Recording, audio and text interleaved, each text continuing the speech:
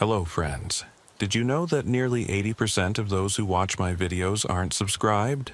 If you enjoy the content, I'd truly appreciate it if you hit that subscribe button. It helps a lot. Also, don't forget to leave a like and share your thoughts in the comments.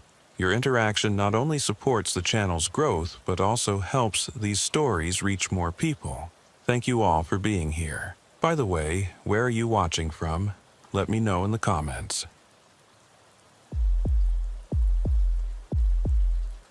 I've been working the midnight shift for Colorado State Patrol for 8 years now.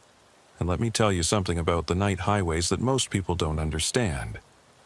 Between the hours of midnight and 4 a.m., you're not just dealing with drunk drivers and speeders. You're dealing with people who have secrets. People who are running from something.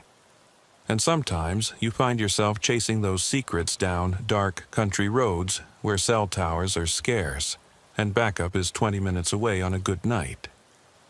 The thing about working nights is that it changes you. Your sleep schedule gets completely inverted, your social life disappears, and you start seeing the world differently. During the day, highways are filled with commuters and families and business travelers, people living normal lives, going normal places. But at night, especially in the dead hours between 2 and 4 a.m., the only people on the road are the ones who have to be there. And trust me, there's usually a story behind why someone has to be driving through rural Colorado at 3 in the morning. Some of those stories are innocent enough. Nurses heading home from late shifts, truck drivers trying to make delivery schedules, maybe someone rushing to the hospital for a family emergency.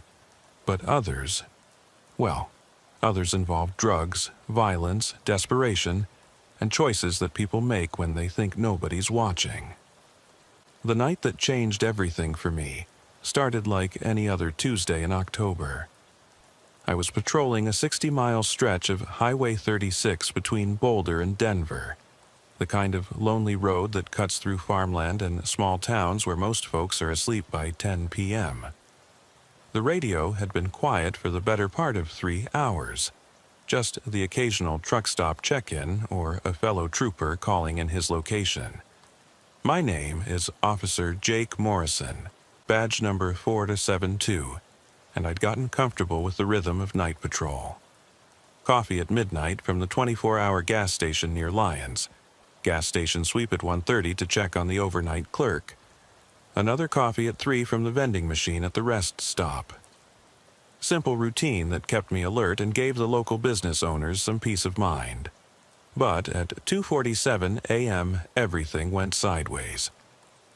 Unit 472, we have a possible stolen vehicle, red 2019 Dodge Challenger, license plate Delta, Mike 7492, last seen heading west on Highway 36 near mile marker 43. Vehicle may be armed and dangerous. Proceed with extreme caution. The voice on the radio was Sarah Chen, one of our best dispatchers. She'd been working nights almost as long as I had, and I could hear something in her tone that immediately put me on alert. Sarah didn't use phrases like armed and dangerous unless she had real reason to believe it was true. I was only about 4 miles from mile marker 43, so I hit the lights and pushed my Crown Vic hard down the empty highway. Armed and dangerous always gets your blood pumping. But what really caught my attention was the timing. It was almost 3 in the morning on a Tuesday night. What kind of car thief picks that time to make their move? Professional thieves work during busy daylight hours when they can blend in. Joyride kids usually steal cars on weekend nights when they're drunk and stupid. This felt different. Calculated. Wrong. The section of Highway 36 I patrol runs through some of the most isolated terrain in Boulder County. During the day, you can see for miles in every direction. Rolling hills, distant mountains, scattered farmhouses connected by gravel roads that seem to lead nowhere. But at night, those same hills and valleys become a maze of shadows where someone could disappear completely if they knew the area well enough. As I approached mile marker 43, I saw tail lights disappearing over a hill about half a mile ahead. Could be anything. A late shift worker heading home, maybe someone driving to the airport for an early flight. But my gut told me to check it out. 8 years of night patrol teaches you to trust that gut feeling, especially when something doesn't fit the usual pattern. I closed the distance carefully, keeping my headlights off and running silent. The Crown Vic's engine is loud, but at highway speeds with windows up, most drivers don't notice a patrol car following them unless they're specifically looking for one. As I crested the hill, I got my first clear look at the vehicle. Red Dodge Challenger. Exactly what dispatch had described. But here's what made my skin crawl. The driver was maintaining exactly the speed limit. Not speeding, not driving erratically, just cruising at 55 miles per hour like they had all the time in the world. Car thieves don't drive stolen vehicles like they're taking their grandmother to church. They either floor it because they're panicking, or they drive super paranoid, constantly checking mirrors and taking weird routes to avoid main roads. This driver was acting like they owned the car, which meant one of two things. Either dispatch had the wrong information, or I was dealing with someone a lot more dangerous than your average car thief. I called it in, keeping my voice low and professional. Dispatch, Unit 472. I have visual contact with the Red Challenger. License confirmed Delta Mike 7492. Vehicle is traveling westbound at normal speed. No signs of erratic driving. Request additional information on the theft report. Unit 472. Stand by for additional information. While I waited for dispatch, I maintained my distance and tried to get a better look at the driver. The Challenger's windows were tinted, but not illegally dark. I could make out a single occupant, male from what I could tell by the silhouette. He seemed calm, maybe even too calm for someone driving a stolen car with a state trooper less than a quarter mile behind him. The highway stretched ahead of us, empty and dark except for our 2 sets of headlights. To our left and right, farmland extended into the darkness, broken occasionally by the distant glow of a house or barn. It was the kind of terrain where you could dump a body and it might not be found for months, or where someone could have a drug operation running in an old grain silo without any neighbors close enough to notice the traffic. Unit 472, this is dispatch. The vehicle was reported stolen approximately 45 minutes ago from a residence in Westminster. Complainant states the vehicle was taken from their driveway while they were inside their home. Complainant also reports that their teenage daughter is missing and may be in the vehicle. Vehicle should be considered extremely dangerous. Missing teenager. Those 2 words changed everything. This wasn't about a stolen car anymore. This was potentially an abduction, and the calm, controlled driving suddenly made a lot more sense. Whoever was behind the wheel knew exactly what they were doing, and they had a 17-year-old girl's life in their hands. My training kicked in immediately. High-risk vehicle stop procedures for potential kidnapping cases are specific and non-negotiable. You don't take chances with a victim's life, which means you don't do anything that might cause the suspect to panic and hurt their captive. But you also don't let them get away, because every mile they travel could be taking them closer to a location where they plan to dispose of evidence, including human evidence. But here's where things started going wrong. The Challenger suddenly accelerated, not dramatically, but enough to pull away from me. The driver had finally noticed me in their mirrors, and they were making their first move. Dispatch, Unit 472, suspect vehicle is accelerating, now traveling approximately 70 miles per hour. I'm going to attempt a traffic stop, still requesting backup and requesting information on the missing juvenile. Unit 472, backup is en route, ETA approximately 15 minutes. Missing juvenile is Madison Elizabeth Cooper, age 17, blonde hair, green eyes, approximately 5'6", Last seen wearing blue jeans and a white hoodie. 15 minutes. In a high-speed chase with a potential kidnapping victim, 15 minutes might as well be 15 hours. Highway 36 has dozens of side roads and county routes that branch off into some of the most remote territory in Colorado. If the driver knew the area, they could disappear into a network of ranch roads and forest service trails where even helicopters would have trouble tracking them. But I had no choice. I hit my emergency lights and siren and moved in for the stop. The Challenger's response was immediate and terrifying. Instead of pulling over or even trying to outrun me, the driver maintained their speed and turned on their hazard lights. Not their brake lights, not their turn signal, their hazard lights. Like they were signaling some kind of distress. This was wrong. Everything about this was wrong. Car thieves don't turn on hazard lights when police try to stop them. Kidnappers don't signal distress to the cops chasing them. But someone in genuine trouble might do exactly that. I'd been a state trooper long enough to know that situations like this rarely follow the textbook. Real life is messy and complicated, and sometimes the person you think is the criminal turns out to be another victim. But I'd also seen enough domestic violence cases to know that abusers are masters of manipulation, and some of them are smart enough to create situations where they look like the victim, even when they're the perpetrator. I got on the radio again, trying to keep the confusion out of my voice. Dispatch, Unit 472. Suspect vehicle has activated hazard lights but is not stopping. Request immediate information on vehicle owner and circumstances of the theft report. Unit 472. Vehicle is registered to Robert James Cooper, same address as complainant. Running additional information now. Cooper. Same last name as the missing girl. This was getting more complicated by the second. If Robert Cooper owned the car and Madison Cooper was his daughter, then who called in the theft report? And who was driving the car? The most obvious answer was that Madison had taken her father's car without permission, and he'd reported it stolen. But that didn't explain why she was considered missing, or why the vehicle was supposed to be considered extremely dangerous. Teenage runaways don't usually pose a threat to anyone except themselves, unless there was more to the story. There's always more to the story.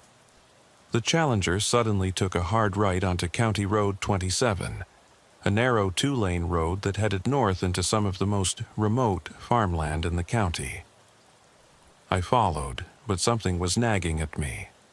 County Road 27 led to exactly nowhere important. Just scattered farmhouses, a couple of old barns, and eventually dead-ended at the South Platte River. If you're kidnapping someone, you don't drive them to a dead end unless you're planning something final. But if you're running from something, you might take any escape route you could find, even one that led nowhere. The road surface changed from smooth asphalt to rough pavement, patched with gravel. My Crown Vic bounced and rattled as I tried to keep up with the Challenger, which seemed to be handling the poor road conditions much better than my patrol car. The driver was clearly familiar with County Road 27, because they were taking curves at speeds that should have put them in a ditch, but they maintained perfect control. Dispatch, Unit 472, pursuit continuing north on County Road 27. Request immediate backup and request you contact the reporting party to confirm details of the theft report. Something isn't adding up here. Unit 472, understood. Be advised, backup is still 8 to 10 minutes out due to your current location. Also be advised, we're having difficulty reaching the reporting party at the provided phone number. That last part hit me like a punch to the gut.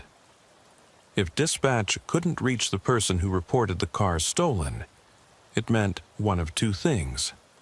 Either they were asleep and not answering their phone, or they weren't available to answer their phone for other reasons. Like they were dead. The Challenger was starting to pull away from me now. Crown Vics are reliable, but they're not built for high-speed chases against modern muscle cars on rough country roads. The driver was clearly experienced behind the wheel, taking each curve at exactly the right speed to maintain control while maximizing distance. That's when I noticed something that made my blood run cold. In the brief moments when the Challenger's brake lights illuminated the interior of the car, I could see two distinct silhouettes: the driver and someone in the passenger seat who appeared to be slumped over. Either Madison Cooper was unconscious in that car, or she was already dead. I pushed the Crown Vic harder than I'd ever pushed a patrol car before, but physics is physics. The Challenger continued to pull away, and County Road 27 was getting more remote with every mile. Cell phone coverage was spotty out here, and if I lost radio contact with dispatch, I'd be completely on my own with a potential killer. Dispatch, Unit 472. I can confirm there are 2 occupants in the suspect vehicle. Passenger appears to be unconscious or worse. This is now a Code 3 emergency. Need all available units and request medical standby. Unit 472. All available units are en route, but your location is extremely remote. Be advised, we're having difficulty contacting the reporting party to confirm theft details. The road ahead curved sharply to the left around a stand of cottonwood trees, and for a moment I lost sight of the Challenger's taillights. When I came around the curve, I expected to see them pulling further away down the straight stretch that followed. Instead, I saw something that made me slam on my brakes so hard that the Crown Vic went into a skid. The Challenger was stopped in the middle of the road, driver's door open, hazard lights still flashing. But there was no sign of the driver or the passenger. I called it in immediately while trying to control my skidding patrol car and scanning the surrounding area for any sign of movement. Dispatch, Unit 472. Suspect vehicle is abandoned on County Road 27, approximately 6 miles north of Highway 36. Driver and passenger are not visible. May have fled on foot into the surrounding terrain. Request K9 units and spotlight-equipped vehicles. Unit 472. Backup ETA now 4 minutes. Do not approach the vehicle alone. Maintain your position and wait for backup. The abandoned Challenger sat in my headlights like some kind of ominous monument. The driver's door hung open at an odd angle, and I could see that the interior dome light was on.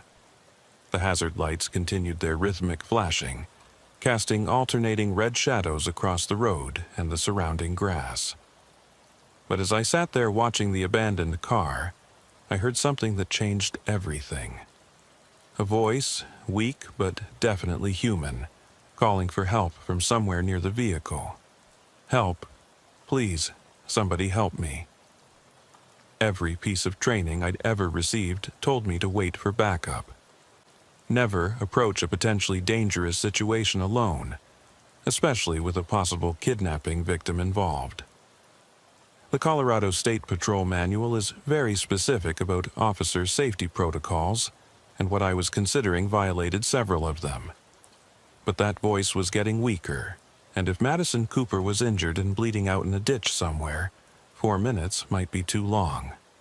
I made the hardest decision of my career. I got out of my patrol car, drew my service weapon, and approached the Challenger. Madison. Madison Cooper? This is Colorado State Patrol. If you can hear me, keep talking so I can find you. The voice responded, definitely female, definitely young, but so weak I could barely make out the words. Here, I'm here. Please help me. The voice was coming from the passenger side of the Challenger, but as I got closer, I realized the passenger wasn't in the car anymore. The passenger door was also open, though I hadn't been able to see it from my patrol car's position. Whatever had happened here, both occupants had left the vehicle in a hurry. I followed the sound of the voice into the tall grass that lined the road. The ground was uneven and full of hidden holes and rocks, the kind of terrain where someone running in the dark could easily trip and fall. My flashlight beam swept back and forth across the grass, looking for any sign of movement or color that didn't belong. Keep talking, Madison. I'm a police officer and I'm here to help you. Where are you hurt? My arm. I think it's broken. And my head. I found her about 30 feet from the road, lying in a depression between two small hills. Madison Cooper was exactly what the dispatch description had said. 17 years old, blonde hair, wearing jeans and a white hoodie that was now stained with blood from a head wound. She was conscious but disoriented, with what appeared to be a serious head injury and an arm that was definitely broken.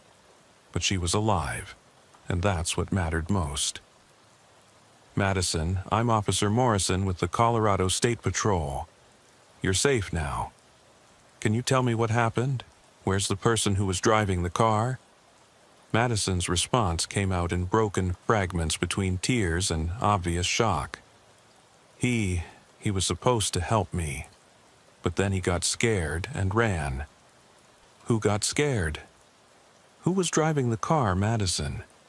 My cousin, Danny. He was trying to get me away from the house. None of this was making sense. If her cousin had been helping her escape from something, why had the car been reported stolen? And why had Danny run away when the police showed up? Madison, I need you to tell me exactly what happened tonight. Start from the beginning and take your time. What came out was a story that turned everything I thought I knew about the situation completely upside down. Madison hadn't been kidnapped. She'd been trying to get home. Her father, Robert Cooper, had come home drunk again, but this time was different from his usual drinking binges. This time he'd brought a gun, and he'd been talking about how the family would be better off if they were all dead.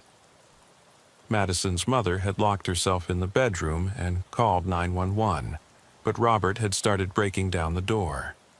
Madison had called her cousin Danny, who lived about 20 miles away. Danny was 19, had his own car, but it was in the shop for repairs. When Madison called him in a panic, begging him to come get her before her father killed everyone in the house, Danny had made a split-second decision. He'd taken his Uncle Robert's car without permission and driven to Westminster to pick up Madison. But by the time Danny got to the house, the situation had escalated beyond anything either of them had imagined. My mom. Madison's voice broke. He shot my mom. I heard the gunshot when Danny was pulling into the driveway. We got in the car and drove. We didn't know where to go. Danny said we should go to the police, but I was scared they wouldn't believe us. And then, when we saw your lights, the pieces were starting to fall into place, but the picture they formed was worse than anything I'd initially imagined. The theft report hadn't come from Robert Cooper reporting his car stolen. It had come from someone else at the house. Maybe a neighbor who'd heard the gunshots, maybe someone who'd witnessed Robert leaving the house with a gun, looking for his daughter. Madison, where's Danny now? Why did he run when I approached the car? He has warrants. Nothing serious, just some unpaid tickets and a missed court date. But he was scared you'd arrest him and leave me alone out here. He said he'd wait in the woods until you took me somewhere safe. I looked around at the dark countryside surrounding us. If Danny was hiding in the Cottonwood Grove, or one of the many ditches and gullies that crisscross the area, he could be anywhere within a half-mile radius. And if Robert Cooper was still alive and still looking for his daughter, Danny might be the only witness to what had happened at the house. Madison, I need you to listen to me very carefully. Do you know if your father is still alive? Did you see what happened after you left the house? I don't know. After the gunshot, everything was just chaos. Danny grabbed me and we ran to the car. I think I heard Dad yelling, but I couldn't tell if he was yelling at us or at Mom, or I just don't know. My radio crackled to life with a transmission that I'd been dreading, but somehow knew was coming. All units, all units. We have a confirmed homicide at 4247 Maple Street in Westminster. Suspect is Robert James Cooper, considered armed and extremely dangerous. Be advised, suspect may be pursuing his daughter who fled the scene in his vehicle. Madison heard the transmission too, and the sound she made wasn't quite a scream and wasn't quite a sob. It was the sound of someone's world ending in real time. Her mother was dead. Her father had killed her mother, and now he was coming for Madison. Unit 472, did you copy that transmission? Dispatch, Unit 472, I copied. I have Madison Cooper in custody and she appears to be injured. I also have confirmation that the vehicle was taken by her cousin Daniel Cooper in an attempt to remove her from the scene of the homicide. Request immediate medical assistance and backup for scene security. Unit 472, medical is en route, ETA 6 minutes. Be advised that Robert Cooper has not been located at the Westminster scene, and Westminster PD believes he may be en route to your location. That transmission hit me like a lightning bolt. Robert Cooper was still alive, still armed, and potentially heading toward County Road 27. He knew the area as well as anyone, probably better since it was his car that Danny had driven here. If he'd been tracking his own vehicle using GPS or some kind of app, he might already know exactly where we were. And we were sitting ducks. "Danny," I called out toward the tree line. "Danny Cooper, this is the Colorado State Patrol. I need you to come back here right now. Your cousin needs medical attention and we need to get both of you to safety." There was no response from the darkness. Either Danny was too far away to hear me, or he was too scared to reveal his position. I couldn't blame him either way. From his perspective, he'd stolen a car to help save his cousin's life, and now there were police lights and sirens and radio chatter about homicides and armed suspects. Any 19-year-old with outstanding warrants would be thinking about running at this point, but I needed him back here. Madison was injured and going into shock, and if Robert Cooper showed up looking for revenge, I was going to need all the help I could get. Danny knew his uncle better than I did, which meant he might be able to predict how Robert would approach the situation. "Madison, can you call Danny? Does he have a cell phone?" "Yes, but there's no signal out here. We tried calling 911 when we first stopped, but nothing went through." She was right. I'd been so focused on the radio communications with dispatch that I hadn't thought about cell phone coverage. County Road 27 was in a dead zone where the nearest cell tower was blocked by hills and distance. Danny could be 50 feet away from us, but we had no way to communicate with him except by shouting into the darkness. The sound of approaching sirens broke the night air, growing louder as my backup finally arrived. But instead of relief, I felt a growing sense of urgency. Those sirens could be heard for miles in the quiet countryside, which meant that anyone else who might be heading our way would know exactly where to find us. The first backup unit was Trooper Mike Hendricks, a 20-year veteran who'd worked more high-stress situations than anyone else in our division. His patrol car skidded to a stop behind mine, and he was out and moving toward us before the dust had settled. "Jake, what's the situation?" "Missing teenager recovered, injured but conscious, possible broken arm and head trauma. Father is the suspect in a Westminster homicide, may be en route to this location. The girl's cousin who drove her here has fled on foot, probably hiding in the immediate area." Mike nodded grimly and immediately began setting up a defensive perimeter. In situations like this, a standard procedure is to assume the worst-case scenario and prepare accordingly. That meant treating Robert Cooper as an active threat who could arrive at any moment, armed and desperate. "Medical is 3 minutes out," Mike reported. "I've also got 2 more units en route and Westminster PD is sending a detective to coordinate with our investigation." "Mike, there's something else. The cousin who drove her here, Danny Cooper, has warrants. Nothing serious, but he ran when he saw my lights. We need to find him and get him back here before his uncle shows up. Any idea which direction he went? I pointed toward the cottonwood grove. Most likely in there, but he could be anywhere within half a mile. The terrain is rough, lots of places to hide. Mike keyed his radio. Dispatch, Unit 319, requesting K-9 units for a search and recovery operation. We have a potential witness who fled on foot, and we need to locate him before the situation becomes more dangerous. The ambulance arrived just as Madison started to lose consciousness. The combination of shock, blood loss, and probable concussion was finally taking its toll.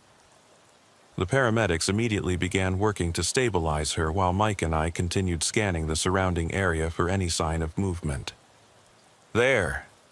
Mike pointed toward a section of tall grass about 100 yards from the road. Movement at 11 o'clock. I followed his gaze and saw what looked like someone moving low through the grass, trying to stay hidden but making enough movement to catch our attention. It could be Danny trying to get closer to see what was happening to Madison, or it could be Robert Cooper approaching our position. "Danny Cooper," I called out. "If that's you, you need to identify yourself right now. Your cousin is being taken to the hospital, and we need to talk to you." The movement stopped for a moment, then resumed, but now it was clearly moving toward us rather than away. A few seconds later, a young man's voice called back, "Don't shoot, I'm coming out. Is Madison okay?" Danny Cooper emerged from the grass looking exactly like what he was, a scared 19-year-old who'd gotten in way over his head. He was tall and thin, wearing a University of Colorado sweatshirt and jeans that were now muddy and torn from hiding in the ditch. "Madison's alive?" I told him as he approached with his hands visible. "She's hurt, but the paramedics are taking care of her. Danny, I need you to tell me everything that happened tonight, starting from when Madison called you." What Danny told us confirmed Madison's story but added crucial details that made the situation even more terrifying. When he'd arrived at the Cooper house, he'd seen Robert standing over his wife's body in the living room, reloading a revolver. Robert had looked up and seen Danny through the front window, and for a moment the two of them had just stared at each other. "He knew," Danny said, his voice shaking. "He knew I was there to help Madison get away, and I could see in his eyes that he was going to kill me too if he got the chance." Danny had honked the horn to warn Madison, who'd climbed out her bedroom window and run to the car. But Robert had come outside and fired several shots at the car as they drove away. One of the bullets had hit the rear window, spider-webbing the glass but not penetrating completely. "That's why I was driving so fast," Danny explained. "I thought he might be following us, and when I saw the police lights, I thought maybe he'd called the cops and told them we stole his car." The sound of approaching vehicles interrupted Danny's story, but instead of more police cars, what we heard was the distinctive rumble of a powerful engine being pushed hard. Mike and I exchanged glances. We both recognized the sound of someone approaching at high speed on County Road 27. "Get down!" Mike shouted to Danny and the paramedics. "Everyone take cover behind the vehicles." The engine sound grew louder, and then we saw headlights cresting the hill about a mile behind us. Whatever vehicle was approaching was moving fast enough to be airborne over some of the bumps and dips in the road. "Unit 319, we have an unknown vehicle approaching at high speed. Could be our suspect." All units, Robert Cooper is driving a dark blue Ford pickup truck. License number, Charlie Delta 8749. Consider armed and extremely dangerous." The approaching headlights match the description. Definitely a pickup truck, and definitely moving like someone who had nothing left to lose. As the vehicle got closer, I could see that it was weaving slightly, either from excessive speed on the rough road or because the driver was impaired by alcohol or adrenaline. "Danny, is that your uncle's truck?" Danny peered around the edge of the ambulance and nodded grimly. "That's him. And if he's driving like that, it means he's completely lost it." The pickup truck crested the final hill and came into view of our position. For a moment, I thought Robert might try to ram one of our vehicles or just drive past us completely. Instead, he slammed on his brakes and came to a skidding stop about 50 yards away from our impromptu roadblock. For several long seconds, nothing happened. The truck's headlights blazed across our position, making it impossible to see what Robert was doing in the cab. But we could hear the engine still running, and we could see exhaust vapor rising in the cold October air. "Robert Cooper!" Mike called out through his patrol car's PA system. "This is the Colorado State Patrol. Step out of the vehicle with your hands visible." The response was immediate and terrifying. The truck's engine revved, and Robert began driving slowly toward our position. Not fast enough to be an obvious attack, but steady and deliberate, like someone who'd made a decision and was seeing it through to the end. "He's not stopping," I said into my radio. "All units, suspect is advancing on our position, preparing defensive measures." What happened next unfolded in slow motion, the way violent confrontations often do when adrenaline kicks in and your perception of time gets distorted. The pickup truck continued its steady approach, and I could finally make out Robert Cooper behind the wheel. He was slumped forward slightly, and even from 50 yards away, I could see dark stains on his shirt that might have been blood. "He's been shot," Danny said suddenly. "Look at him. I think he's bleeding." Danny was right. As the truck got closer, it became obvious that Robert Cooper was badly injured. The question was whether he'd been shot by police at the Westminster scene, or whether he'd tried to kill himself and botch the job the same way he'd apparently botched everything else that night. "Robert!" Danny called out. "Uncle Robert, stop the truck. Madison's alive, she's okay, you don't have to do this." The truck stopped about 20 feet away from us. Close enough that we could see Robert's face clearly now, and what we saw explained everything. He wasn't angry or crazed or filled with homicidal rage. He was dying. Robert Cooper had shot himself in the chest, probably right after killing his wife. But instead of dying quickly, he'd survived long enough to realize that Madison had escaped, and he'd spent his last reserves of strength trying to find her. Not to kill her, but to see her one more time before he died. Madison. Robert's voice was weak but audible through the truck's open window. Is my little girl okay?" Danny looked at me, and I could see the conflict in his eyes. His uncle had just murdered his aunt, had terrorized Madison and forced them both to flee for their lives. But he was also family, and he was dying, and he was asking about the daughter he'd spent the last of his life trying to find. "She's alive, Uncle Robert. She's hurt, but she's going to be okay." Robert nodded slowly, and I could see tears mixing with the blood on his face. Tell her I'm sorry. Tell her I never meant for any of this to happen." Those were the last words Robert Cooper ever spoke. He slumped forward over the steering wheel, and the truck's horn began a long, mournful wail that echoed across the empty countryside. The investigation that followed revealed the full scope of the tragedy that had played out that night. Robert Cooper had been struggling with depression and alcoholism for months, triggered by the loss of his job and mounting financial pressures. His wife had been trying to get him help, but he'd refused treatment and had been drinking more heavily as the stress increased. On the night of the murders, Robert had received an eviction notice in the mail. The family was going to lose their house, and in his alcohol-impaired and depressed state, Robert had decided that killing his family and himself was preferable to letting them face homelessness and poverty. But Madison's escape had disrupted his plan. After shooting his wife, Robert had shot himself in the chest, intending to die quickly. When that didn't happen, he'd used his remaining strength to find Madison, not to complete his murder-suicide plan, but to say goodbye to the daughter he'd never see grow up.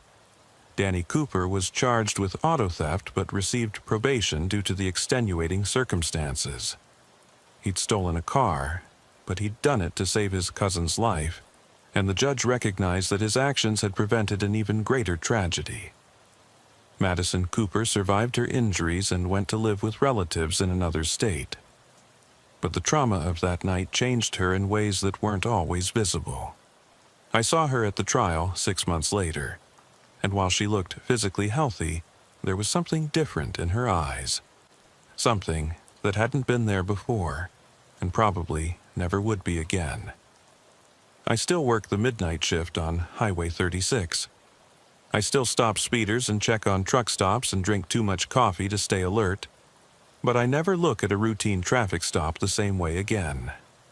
Because now I know that sometimes when you're chasing someone down a dark highway at 3 in the morning, you're not chasing a criminal.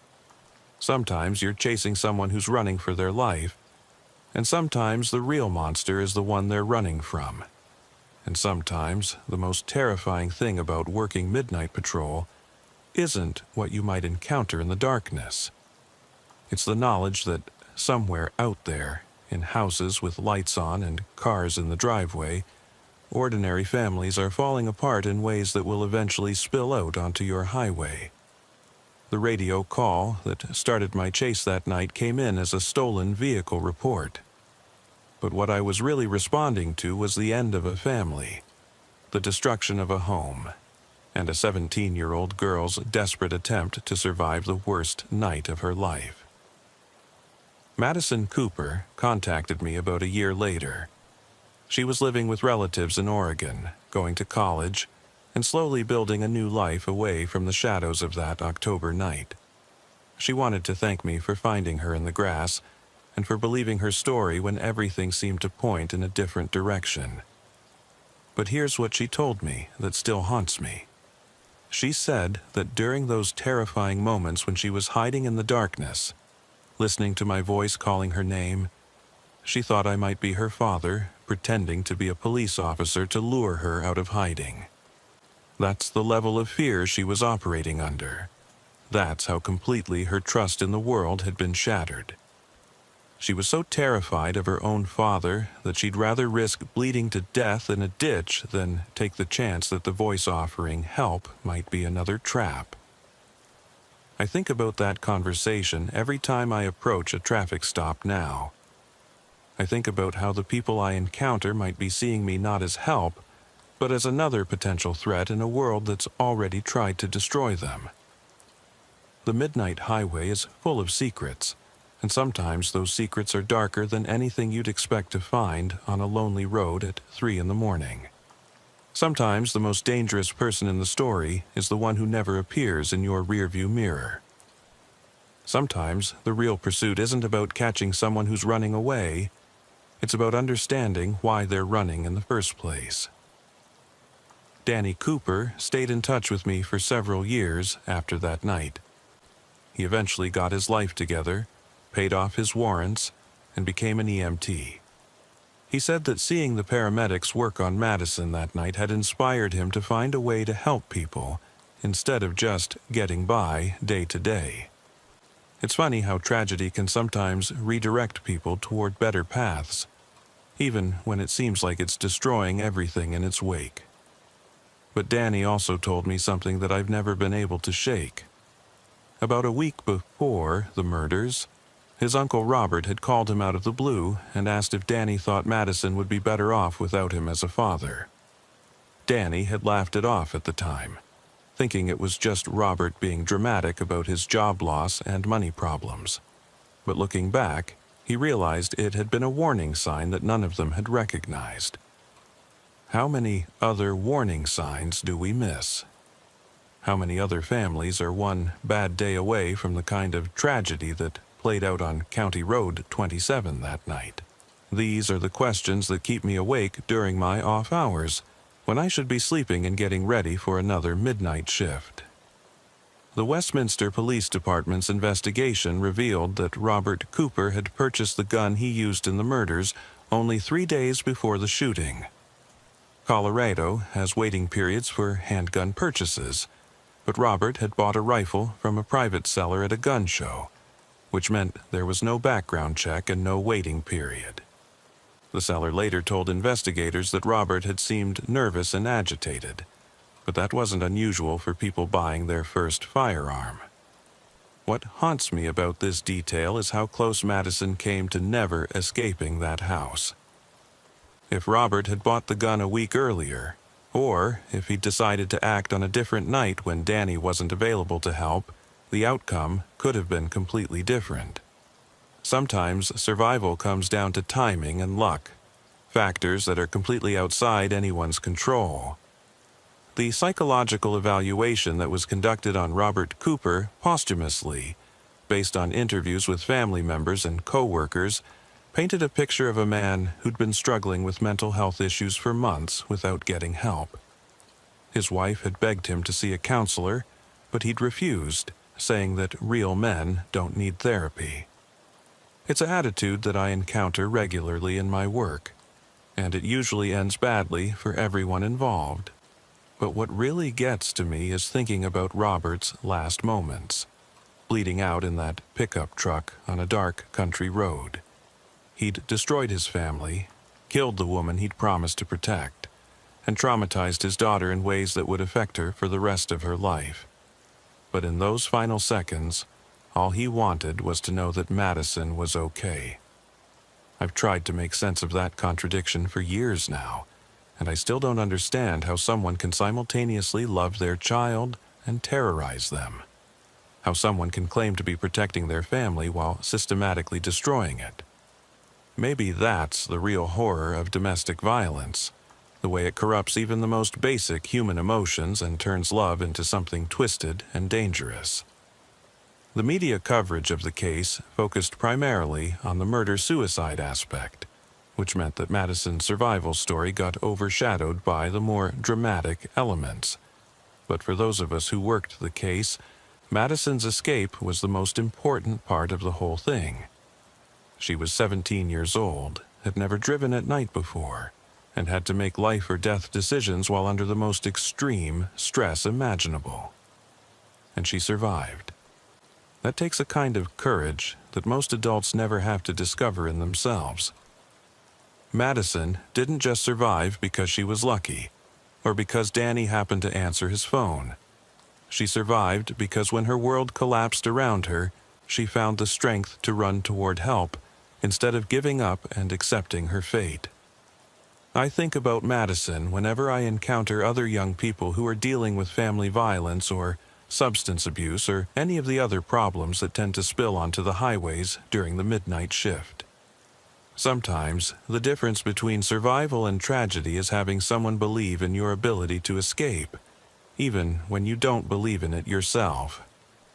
The stretch of County Road 27 where we found Madison looks exactly the same today as it did that October night. The same hills, the same grass, the same cottonwood trees where Danny hid while his cousin fought for her life. But I can't drive past that spot without thinking about everything that happened there, and everything that could have happened if just one or two details had been different. That's another thing about working midnight patrol that they don't teach you in the academy.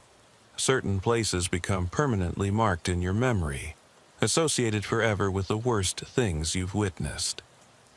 You learn to drive past those places and continue doing your job, but you never forget what happened there, and you never stop wondering about all the alternate endings that were possible. Sometimes I wonder what would have happened if I'd waited for backup instead of approaching the abandoned Challenger alone. Madison might have bled to death in that grass while I sat in my patrol car following protocol. Or maybe Robert would have found her first, and the story would have ended very differently. But I also wonder what would have happened if I'd made different choices during the pursuit itself. What if I'd tried to stop the Challenger earlier, before they reached County Road 27? What if I'd pushed harder to get more information from dispatch before attempting the traffic stop?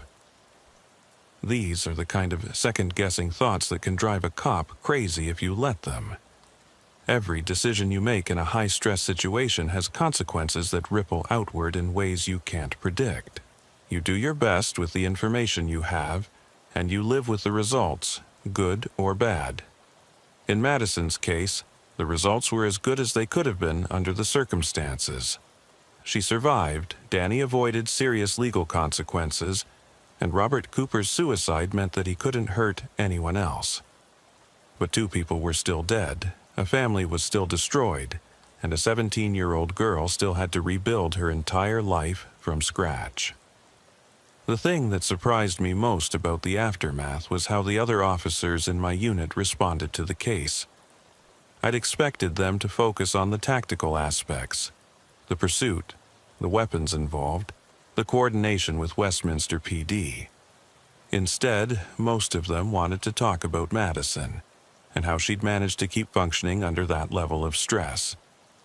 Mike Hendricks, who'd been my backup that night, told me later that he'd never seen a teenager handle trauma as well as Madison had. Even while she was injured and going into shock, she'd been trying to help us understand what had happened and where to find Danny. Most people, adults included, would have been completely unable to function after experiencing what she'd been through. That observation led to a broader discussion in our unit about how we handle cases involving domestic violence and family trauma. It's easy to focus on the immediate threat and the law enforcement response, but the real work often begins after the sirens stop and the crime scene tape comes down. That's when survivors have to figure out how to rebuild their lives, and that's when they need the most support. Our department started partnering with local social services agencies to make sure that survivors like Madison get connected with counseling and legal assistance and all the other resources they need to move forward. It's not traditional police work, but it's the kind of follow-up that can make the difference between someone recovering from trauma and someone being destroyed by it. Madison's case also changed how we approach high-speed pursuits involving potential kidnapping victims. The Colorado State Patrol now has specific protocols for situations where the suspect and victim might be related, and where the circumstances of the crime aren't immediately clear. We learned that sometimes the person you're chasing is running toward help, not away from it. The most lasting impact of that night, though, has been on how I interact with people during routine traffic stops and welfare checks. You never know what someone is running from, or how much courage it took for them to get as far as they have. Sometimes the person who seems uncooperative or hostile is actually just terrified, and sometimes the person who seems calm and collected is barely holding themselves together. I've probably made thousands of traffic stops since that October night, and I approach every single one of them with the knowledge that the person in that car might be having the worst day of their life. Maybe they're running from something. Maybe they're trying to get help for someone else, or maybe they're just trying to survive until tomorrow. That awareness doesn't make me less effective as a law enforcement officer. If anything, it makes me better at reading situations and understanding when something doesn't fit the usual pattern. It helps me ask the right questions and notice the details that might indicate whether someone is a threat or a victim, or just someone who needs help. The radio in my patrol car still crackles to life with calls about stolen vehicles and missing persons and domestic disturbances. And every time I respond to one of those calls, I think about Madison Cooper and the night that taught me that the most important part of police work isn't catching criminals. It's recognizing when someone needs to be saved. Sometimes the midnight highway brings you face to face with pure evil, the kind of violence and cruelty that makes you question your faith in humanity. But sometimes it brings you face to face with extraordinary courage, the kind of strength that ordinary people find when everything else has been stripped away. Madison Cooper found that kind of strength on the worst night of her life, and she used it to survive when survival seemed impossible. Danny Cooper found it too, when he made the decision to risk everything to help his cousin escape. Even Robert Cooper, in his final moments, found something that might have been love or regret or just basic human decency. That's what I choose to remember about that night. Not the violence or the tragedy or the waste of human life, but the courage that people found when they needed it most. Because in 8 years of working the midnight shift, I've learned that courage is more common than you might expect, and it shows up in the most unlikely places. The pursuit that started at mile marker 43 and ended on County Road 27 lasted less than 30 minutes from start to finish. But its impact on everyone involved, Madison, Danny, the other officers, and even me, has lasted for years and will probably continue for the rest of our lives. That's the reality of working midnight patrol that they don't prepare you for in training. It's not just about enforcing laws and responding to emergencies. It's about being present for the moments when people's lives change forever, and sometimes being the difference between whether those changes lead to hope or despair. And when you're driving down an empty highway at 3 a.m, with only the radio and your own thoughts for company, you carry all of those moments with you. The successful rescues and the tragic failures. The split-second decisions that saved lives and the ones that didn't. The faces of people you helped and people you couldn't help. It's a heavy burden, but it's also a privilege. Not everyone gets to see people at their best and worst, their most courageous and most vulnerable. Not everyone gets the chance to make decisions that can literally mean the difference between life and death for someone else. The night I chased the red Challenger down County Road 27 taught me that those opportunities come without warning, in situations that don't follow any textbook or training manual. All you can do is trust your instincts, use your training, and hope that when the moment comes, you'll have the wisdom to make the right choice. Madison Cooper survived that night because a lot of people made the right choices at the right times. Danny made the right choice when he answered her phone call. I made the right choice when I decided to approach the abandoned car instead of waiting for backup. The paramedics made the right choices when they treated her injuries.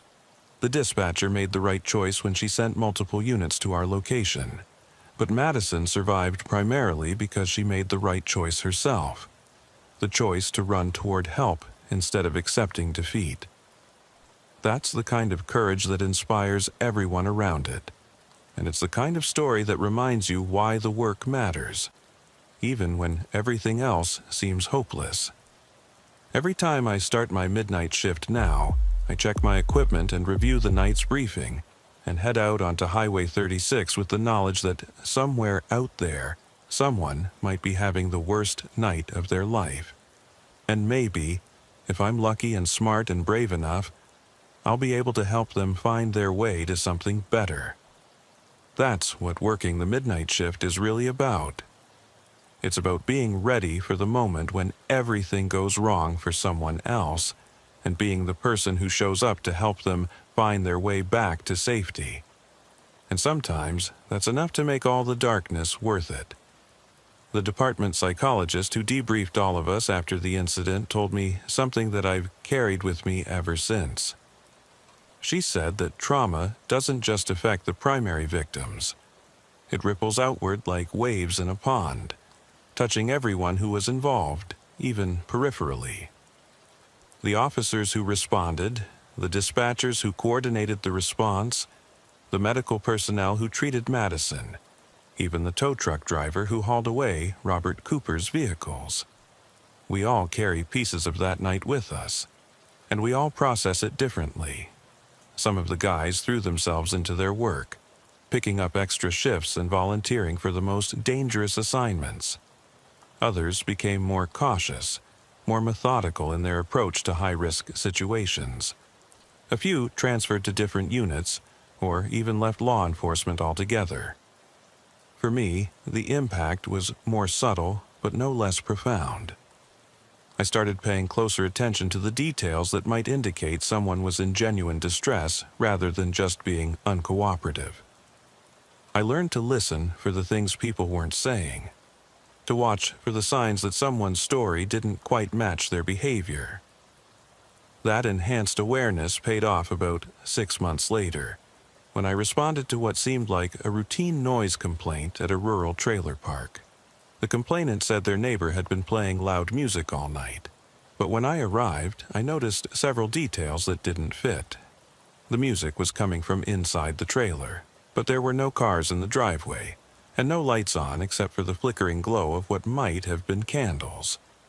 Most people don't listen to music in the dark, and they definitely don't light candles when they have electricity. Something was wrong. When I knocked on the door, a woman answered who was obviously trying very hard to appear normal. She was polite and apologetic about the music, promised to turn it down immediately, and seemed eager to end our conversation as quickly as possible. But her hands were shaking, and I could see what looked like bruising around her wrists. It took nearly an hour of careful questioning and reassurance, but eventually she broke down and told me that her boyfriend had beaten her unconscious earlier that evening. When she'd woken up, he was gone, but she was afraid he'd come back. She'd been playing the music loud to make it seem like she wasn't alone, and lighting candles because he'd shut off the electricity as punishment for making him angry. If I hadn't learned to trust my instincts during the Madison Cooper case, I might have just told her to turn down the music and left. Instead, I was able to connect her with domestic violence resources and help her get to a safe location before her boyfriend returned. That's the hidden impact of cases like Madison's. They don't just affect the immediate participants, they change how everyone involved approaches their work going forward.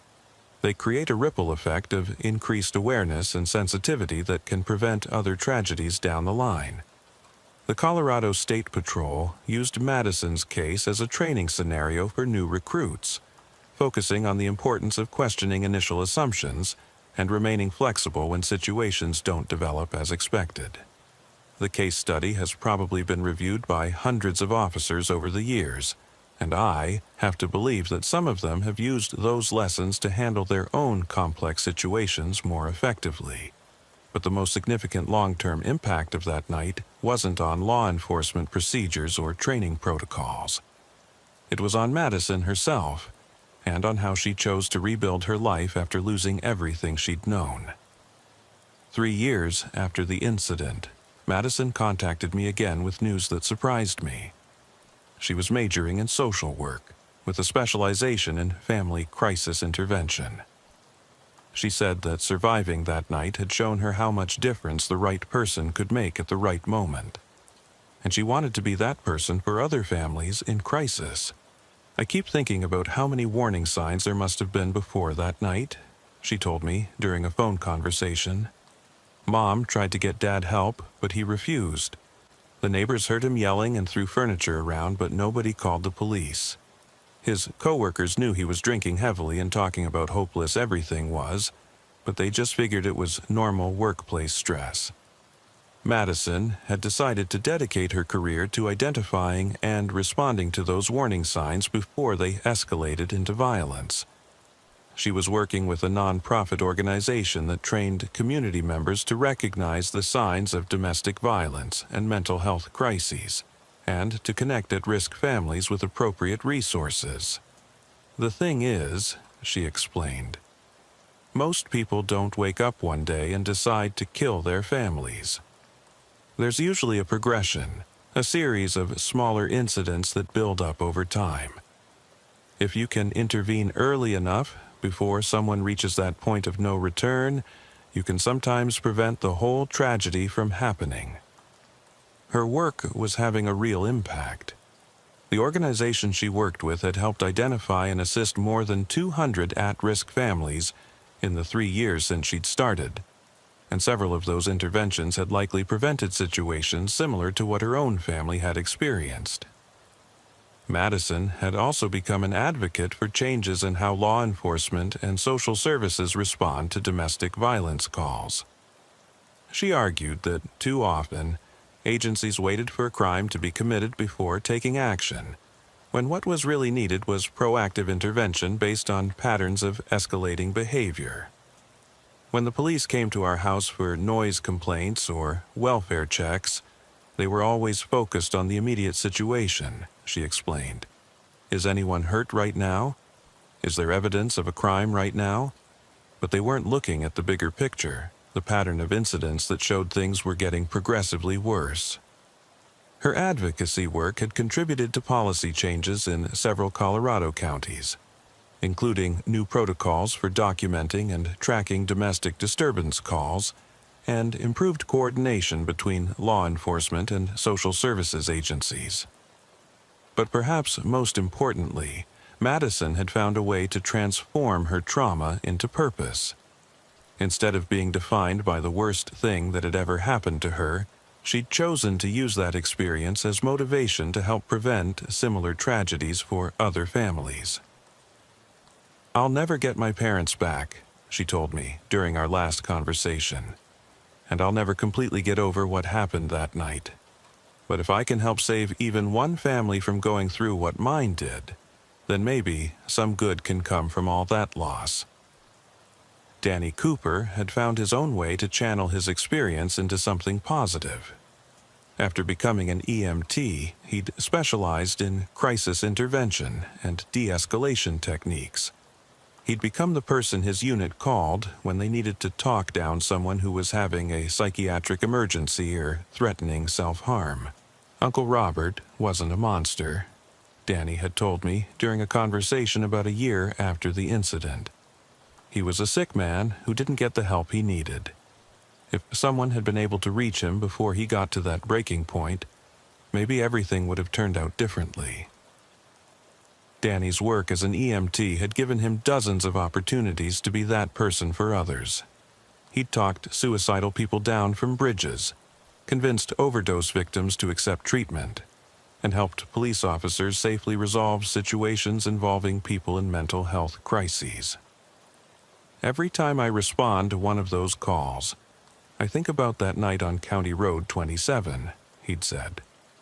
I think about how scared and desperate Uncle Robert must have been, and how maybe if someone had shown him a different way out, he wouldn't have felt like violence was his only option. The ripple effects of that October night had extended far beyond the immediate participants. The Westminster Police Department had revised their protocols for responding to domestic violence calls, with increased emphasis on identifying families that might be at risk for escalating violence. The Colorado State Patrol had updated their training procedures for high-speed pursuits involving potential kidnapping victims. Even the 911 dispatcher who'd handled the initial call, Sarah Chen, had been affected by the case. She'd taken additional training in crisis communication and had become an advocate for improved mental health resources for emergency services personnel. "We see a lot of tragedy in this job," Sarah had told me. "But there's something about that particular call that stayed with me. Maybe it was because it started out seeming like a routine stolen vehicle report, and by the end of the night we were dealing with murder and suicide and a teenage girl fighting for her life." Sarah had started a support group for dispatchers and other emergency communications personnel, recognizing that they often carried emotional burdens from their work that went unrecognized and untreated. The group had grown to include members from multiple agencies across the Front Range, and had helped dozens of emergency services workers process their own trauma and stress. The case had even affected some of the peripheral players in ways that surprised me. The tow truck driver who'd hauled away Robert Cooper's vehicles had been a friend of Robert's from high school, and learning about the circumstances of Robert's death had prompted him to seek help for his own depression and alcohol problems. The paramedic who'd treated Madison's injuries had been so affected by her courage and resilience that he'd volunteered to become a trainer for other first responders on how to communicate effectively with trauma victims. He'd said that watching Madison maintain her composure and try to help us understand what had happened, even while she was badly injured and in shock, had taught him important lessons about the strength that people can find in their worst moments. But the most unexpected ripple effect came from the neighbor who'd initially called in the stolen vehicle report. Mrs. Eleanor Rodriguez lived across the street from the Cooper house, and she'd witnessed Robert leaving with the gun while Madison and Danny were fleeing in the car. Mrs. Rodriguez had lived in that neighborhood for 30 years, and she'd always followed the unwritten rule of minding her own business when it came to her neighbors' private affairs. But watching the Cooper family's tragedy unfold had changed her perspective on the responsibility that community members have to look out for each other. "I saw the signs," she told me during the investigation. "I heard the arguments getting louder and more frequent. I saw Robert stumbling around drunk in his yard at all hours. I knew something was building up to a breaking point, but I told myself it wasn't my business, that I should stay out of other people's problems." After that night, Mrs. Rodriguez had become an activist for community-based violence prevention. She'd organized neighborhood watch groups that focused not just on crime prevention, but on identifying and assisting families that might be in crisis. She'd partnered with local social services agencies to create a network of trained volunteers who could recognize warning signs and connect at-risk families with appropriate resources. "We all live next to each other, but we act like strangers," she'd said during one of the community meetings she'd organized. "If we paid attention to what's really happening in our neighbors' lives, we might be able to prevent tragedies like what happened to the Cooper family." Her efforts had led to the creation of similar programs in neighborhoods throughout the Denver metropolitan area. The programs had identified and assisted hundreds of families dealing with domestic violence, substance abuse, mental health crises, and other risk factors for family violence. The legal aftermath of the case had been relatively straightforward, but it had also created precedents that affected how similar cases were handled throughout Colorado. Danny's auto theft charges had been dropped due to the extenuating circumstances, and the case had established legal precedent for considering family emergency situations when evaluating theft charges involving relatives. The case had also influenced changes in how law enforcement agencies coordinate with each other during multi-jurisdictional incidents. The initial confusion about who had reported the vehicle stolen, and the difficulty in getting accurate information from Westminster PD during the pursuit, had highlighted gaps in communication protocols that were subsequently addressed through improved information sharing systems. Madison's survival and recovery had also influenced medical protocols for treating trauma victims. The paramedics who'd responded that night had noted that Madison's ability to provide coherent information about what had happened, despite her injuries and shock, had been crucial in helping law enforcement understand the full scope of the situation. Their observations had contributed to research on how trauma affects cognitive function, and how medical personnel can better support trauma victims' ability to communicate with law enforcement. The psychological evaluation of Robert Cooper's mental state leading up to the murder-suicide had also contributed to research on risk factors for family violence. The combination of job loss, financial stress, alcohol abuse, and untreated depression that had contributed to Robert's breakdown had been identified in numerous other cases, leading to improved screening protocols for identifying at-risk individuals. But beyond all the policy changes and procedural improvements and research contributions, what stayed with me most from that night was the human element, the courage that ordinary people had found when everything was falling apart around them, the split-second decisions that had meant the difference between life and death, the way that tragedy had ultimately led to positive changes that prevented other tragedies. I think about Robert Cooper sometimes, and I try to imagine what might have happened if he'd made different choices during those crucial days leading up to the murders. What if he'd accepted his wife's pleas to get counseling? What if he'd reached out to family members or friends for help instead of isolating himself? What if he'd chosen to leave the house instead of bringing violence into it? Those alternate scenarios will never be more than speculation, but they remind me that most tragedies aren't inevitable. They're the result of a series of choices and circumstances that build up over time. And there are usually multiple points along the way where different decisions could have led to different outcomes. That knowledge doesn't make the work easier, but it makes it feel more meaningful. Every domestic disturbance call I respond to now is an opportunity to help someone find a different path before they reach the point where violence seems like the only option. Every welfare check is a chance to connect someone with resources that might prevent a crisis from escalating. And every traffic stop, every routine patrol contact, every seemingly mundane interaction is an opportunity to recognize when someone is struggling and to point them toward help before their problems become tragedies. The night shift on Highway 36 continues to bring me face to face with people at their worst moments and their best moments, often simultaneously. The drunk driver who's trying to get home to his family safely. The domestic violence victim who's finally found the courage to leave. The teenager who's running away from an abusive situation. The parent who's driving to the hospital because their child is sick. Each of those encounters is someone's story, and each story has the potential to end in tragedy or hope, depending on the choices that get made in crucial moments. My job is to be present for those moments, to make good decisions when people's lives are hanging in the balance, and to remember that sometimes the smallest actions can have the biggest consequences. Madison Cooper's story could have ended very differently if any number of things had gone wrong that night. If Danny hadn't answered his phone, if she hadn't made it out of the house before her father found her, if she'd been too scared to call for help when she was lying injured in that field, if I'd waited for backup instead of approaching the abandoned car.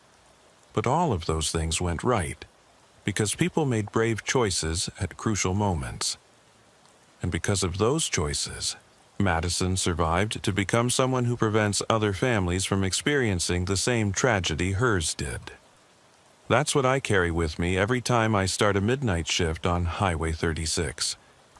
The knowledge that someone out there might be having the worst night of their life, and that if I'm prepared and alert and courageous enough, I might be able to help them find their way to something better. The radio still crackles with calls about stolen vehicles and missing persons and domestic disturbances. But now I know that each of those calls represents an opportunity to be part of someone's survival story, to help them find hope when everything seems hopeless. And in 8 years of working the midnight shift, I've learned that hope is more resilient than you might expect. It survives in the most unlikely circumstances, and it shows up in the most unexpected places. Sometimes all it needs is one person who's willing to believe in it, and to fight for it when everyone else has given up. That's what working the Midnight Patrol really means. It's about being that person at that moment when everything else has gone wrong. And sometimes that's not just enough to make the darkness worth it. It's enough to transform the darkness into something that leads toward light. They say that in law enforcement, you never forget your first dead body. That's not entirely true in my experience. After 15 years working Texas Highway Patrol, I've seen enough fatal accidents and crime scenes that the individual cases start to blur together. What you never forget are the cases that don't make sense, the ones that keep you awake at night trying to piece together what really happened. My name is Sergeant Lucas Hartwell, badge number 281, and I've been working the night shift on Interstate 35 between Austin and San Antonio for most of my career. It's a stretch of highway that sees everything: drug runners heading north from the border, college kids driving drunk between party towns, truckers pushing illegal hours to make delivery deadlines, and families traveling at night to avoid the brutal Texas heat. But in all those years of midnight patrol, I've never encountered anything quite like what happened on the night of November 15th. It started with what should have been a routine abandoned vehicle call and ended with questions that still don't have answers, even 3 years later. The call came in at 2:17 a.m. from a trucker who'd stopped at the rest area near mile marker 189. He reported seeing a white sedan sitting on the shoulder about 2 miles south of his location. Hazard lights flashing, no sign of the driver. In Texas, abandoned vehicles on major highways are treated as potential safety hazards, especially at night when visibility is limited, and drunk drivers might not see a stationary car until it's too late. I was only about 10 minutes away, so I took the call and headed south on I-35. November nights in central Texas can be deceptively cool, and a light fog was starting to form in the low areas near the river bottoms. Visibility wasn't terrible, but it wasn't ideal either, which made the trucker's concern about the abandoned car even more valid. When I spotted the vehicle, my first thought was that it looked wrong somehow. The car was positioned perfectly parallel to the highway, not at an angle like you'd expect from someone who'd pulled over in a hurry due to mechanical problems. The hazard lights were flashing in a steady rhythm, which suggested the battery wasn't dead. And despite being parked on the shoulder of a major interstate at 2 in the morning, all 4 tires were properly inflated, and the car didn't appear to be damaged. The vehicle was a 2020 Honda Accord, white, with current registration stickers and no obvious signs of accident damage. As I pulled up behind it with my emergency lights activated, I called it in to dispatch. Unit 281, I'm on scene with the abandoned vehicle at mile marker 187. White Honda Accord, Texas plates. Bravo Delta, Mike 4793. Vehicle appears to be in good condition, no obvious mechanical issues. Running the plates now. Copy, Unit 281. Be advised the vehicle was reported stolen 3 hours ago from a residence in Buda. Owner is Jennifer Lynn Castellanos, age 34, reported the theft when she discovered her car missing from her driveway around 11 p.m. Stolen vehicle. That changed the dynamic considerably, but it also raised immediate questions. If someone had stolen this car 3 hours ago, why abandon it on the interstate instead of driving it to wherever they'd planned to take it? And why leave the hazard lights on, essentially advertising the car's location to any passing law enforcement? I got out of my patrol car and approached the Honda cautiously. In stolen vehicle recoveries, you never know if the thief might still be in the area, possibly hiding in the car or watching from nearby.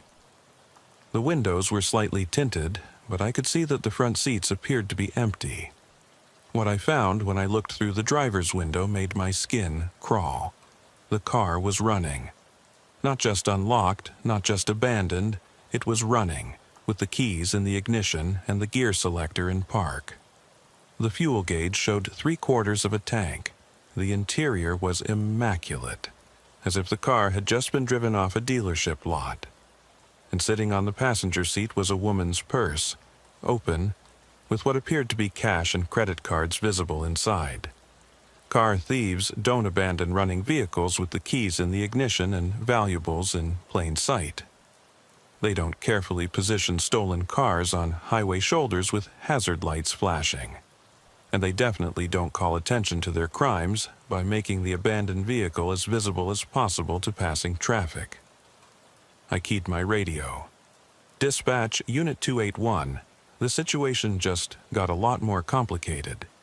The vehicle is running, keys in ignition, appears to have been abandoned voluntarily rather than as a result of mechanical failure. There's a purse on the passenger seat with what appears to be cash and credit cards. This doesn't look like a typical stolen vehicle recovery. Copy, Unit 281. Do you want backup for the vehicle search? Affirmative. And I'm going to need contact information for the registered owner. I need to speak with Jennifer Castellanos immediately. While I waited for backup, I walked around the vehicle looking for any clues about what might have happened. The exterior was clean, except for the usual road dust you'd expect from highway driving. No dents, no scratches, no blood, no signs of a struggle.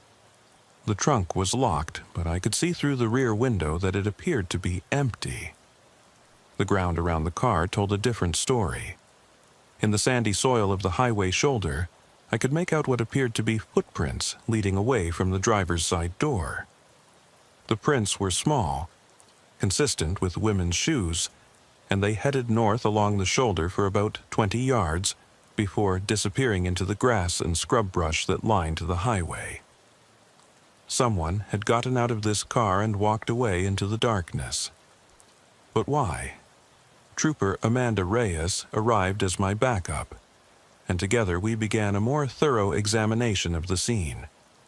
Amanda had been working highway patrol for 8 years and had a reputation for noticing details that other officers missed. She was also one of the best officers I'd ever worked with when it came to reading people and situations. "Lucas, look at this," Amanda called from the passenger side of the car. She was pointing at something on the seat next to the purse. What she'd found was a cell phone, obviously expensive, lying face down on the leather seat. When she carefully turned it over, using a pen to avoid contaminating potential fingerprints, we could see that the screen was cracked, as if it had been dropped or thrown. Someone was in a hurry, Amanda observed. You don't leave a $1,000 phone in a car unless you're running from something. The phone was locked, but we could see missed call notifications on the lock screen. 17 missed calls, all from the same number, starting at 11:47 p.m. and continuing until 2:03 a.m. Someone had been desperately trying to reach whoever owned this phone for over 3 hours. Dispatch Unit 281. We're going to need a CSI unit out here for evidence collection. This is looking less like a stolen vehicle and more like a missing person case. Also requesting immediate contact with Jennifer Castellanos and requesting she respond to our location if possible. Copy, Unit 281. CSI is en route. ETA about 45 minutes. We're attempting to contact Ms. Castellanos now. Amanda and I established a perimeter around the vehicle and began searching the immediate area for any additional evidence.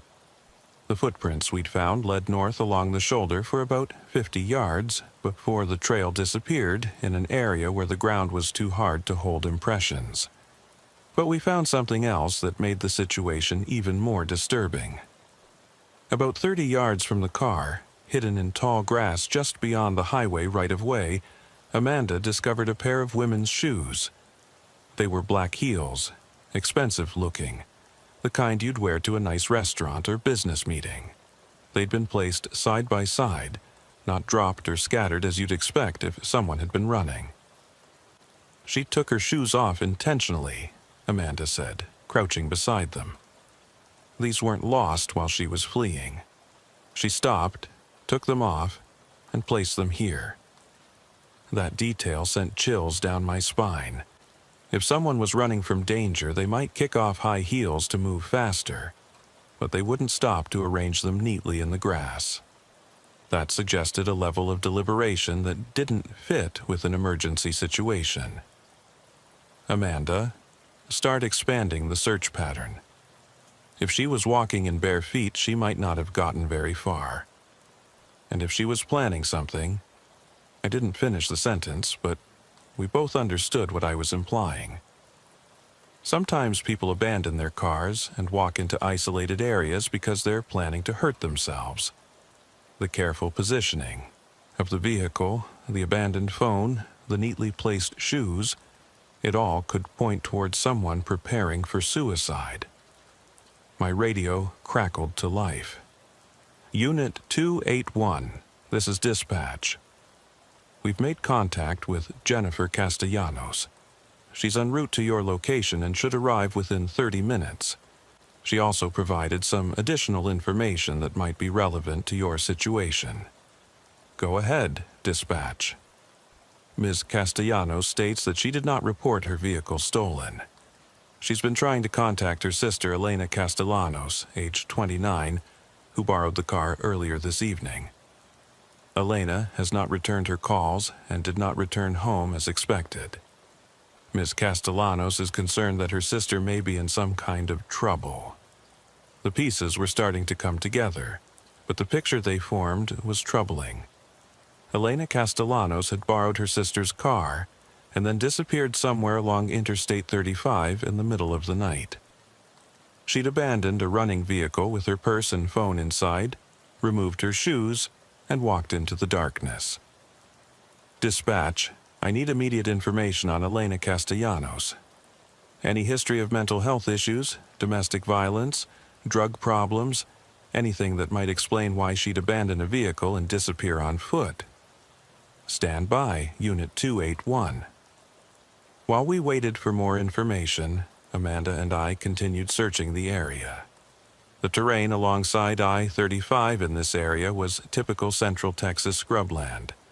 Mesquite trees, prickly pear cactus, and patches of tall grass broken by limestone outcroppings and dry creek beds.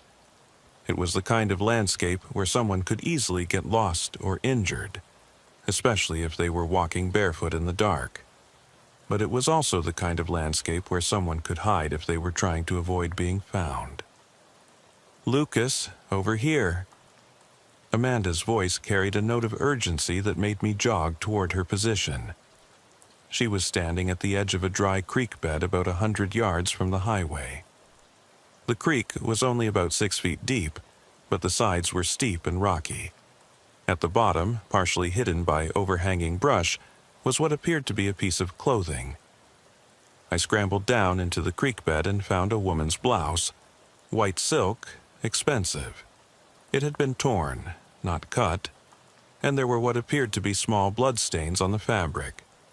But the disturbing part wasn't the blood. It was the fact that the blouse had been carefully folded and placed on a flat rock, not dropped or discarded carelessly. "She's leaving a trail," Amanda called down to me. "Like breadcrumbs, the shoes, now the blouse. She wants someone to follow her." That realization changed everything. This wasn't someone fleeing in panic or someone who'd impulsively decided to harm themselves. This was someone who was deliberately creating a trail of evidence, someone who wanted to be found. But why? My radio came alive with information from dispatch. "Unit 281. We have background information on Elena Castellanos. No criminal history, no known mental health issues.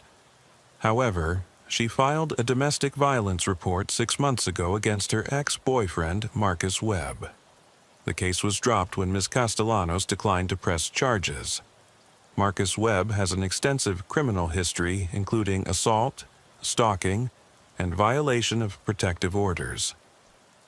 The domestic violence angle added a new dimension to the situation.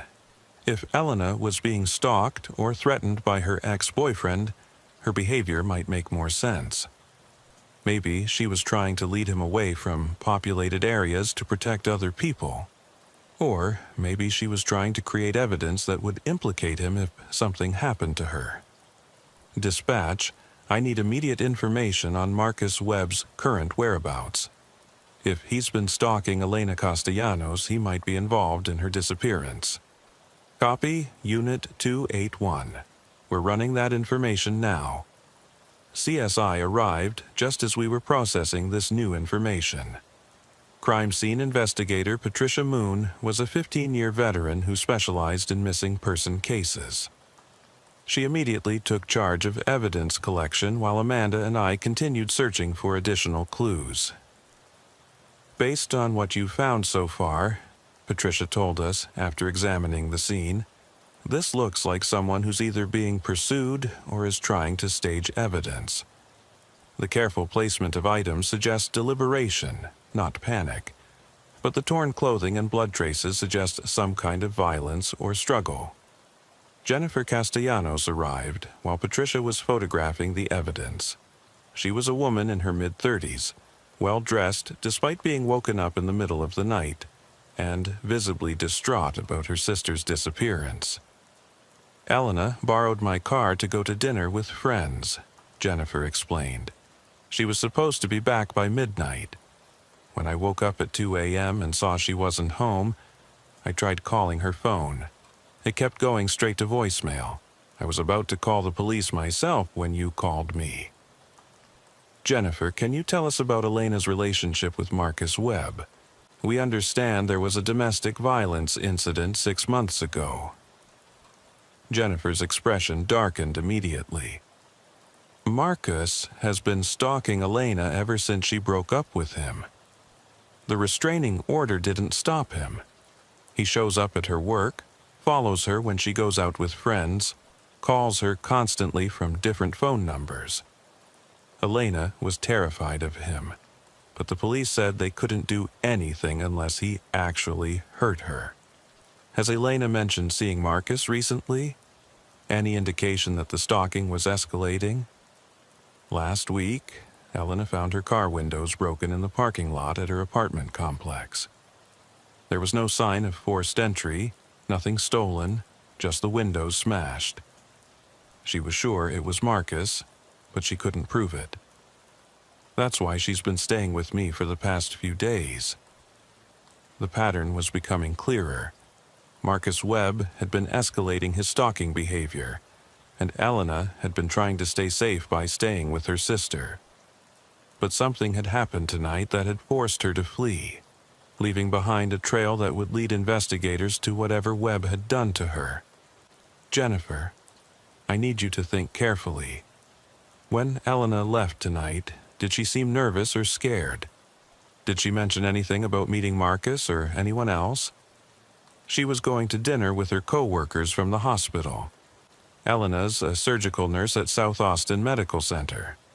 It was supposed to be a celebration because she'd just been promoted to charge nurse. She was excited, happy.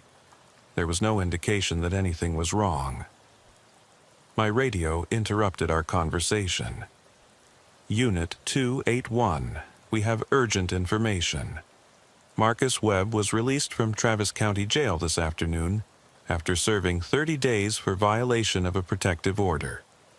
His release conditions included staying away from Elena Castellanos, but he has not reported to his probation officer as required. Released this afternoon. That meant Webb had been free for less than 12 hours before Elena disappeared.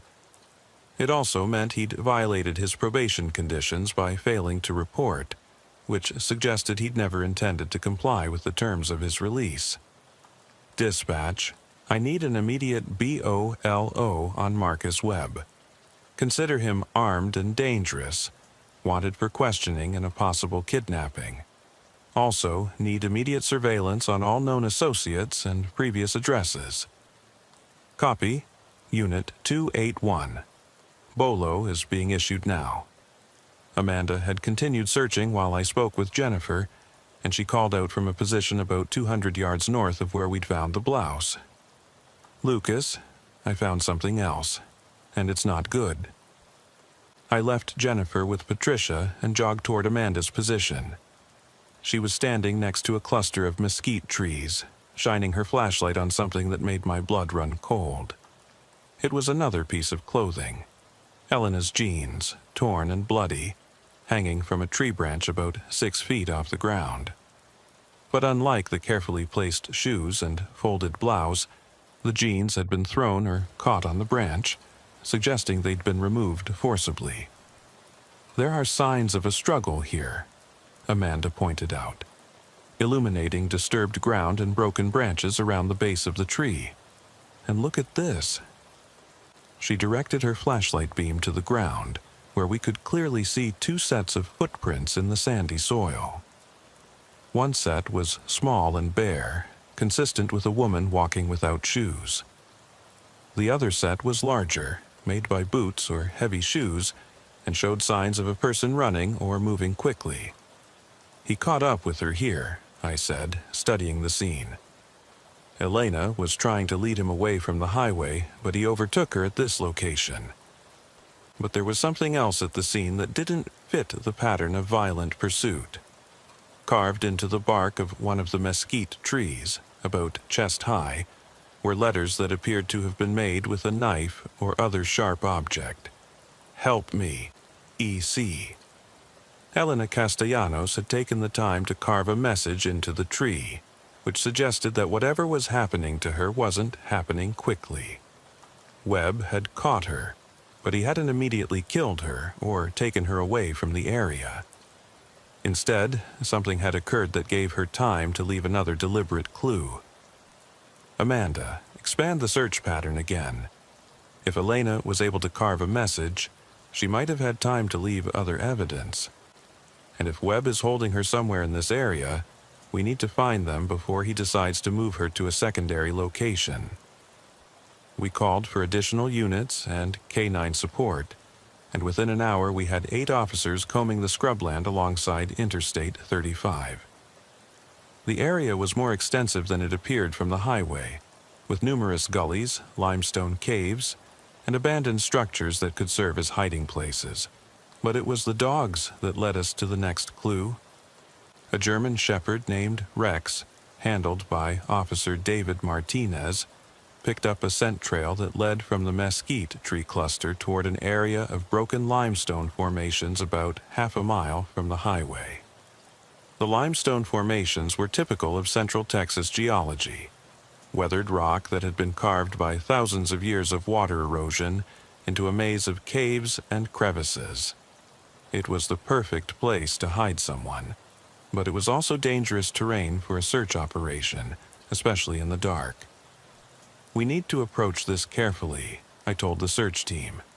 If Webb is holding Elena in one of these caves, we don't want to spook him into doing something desperate.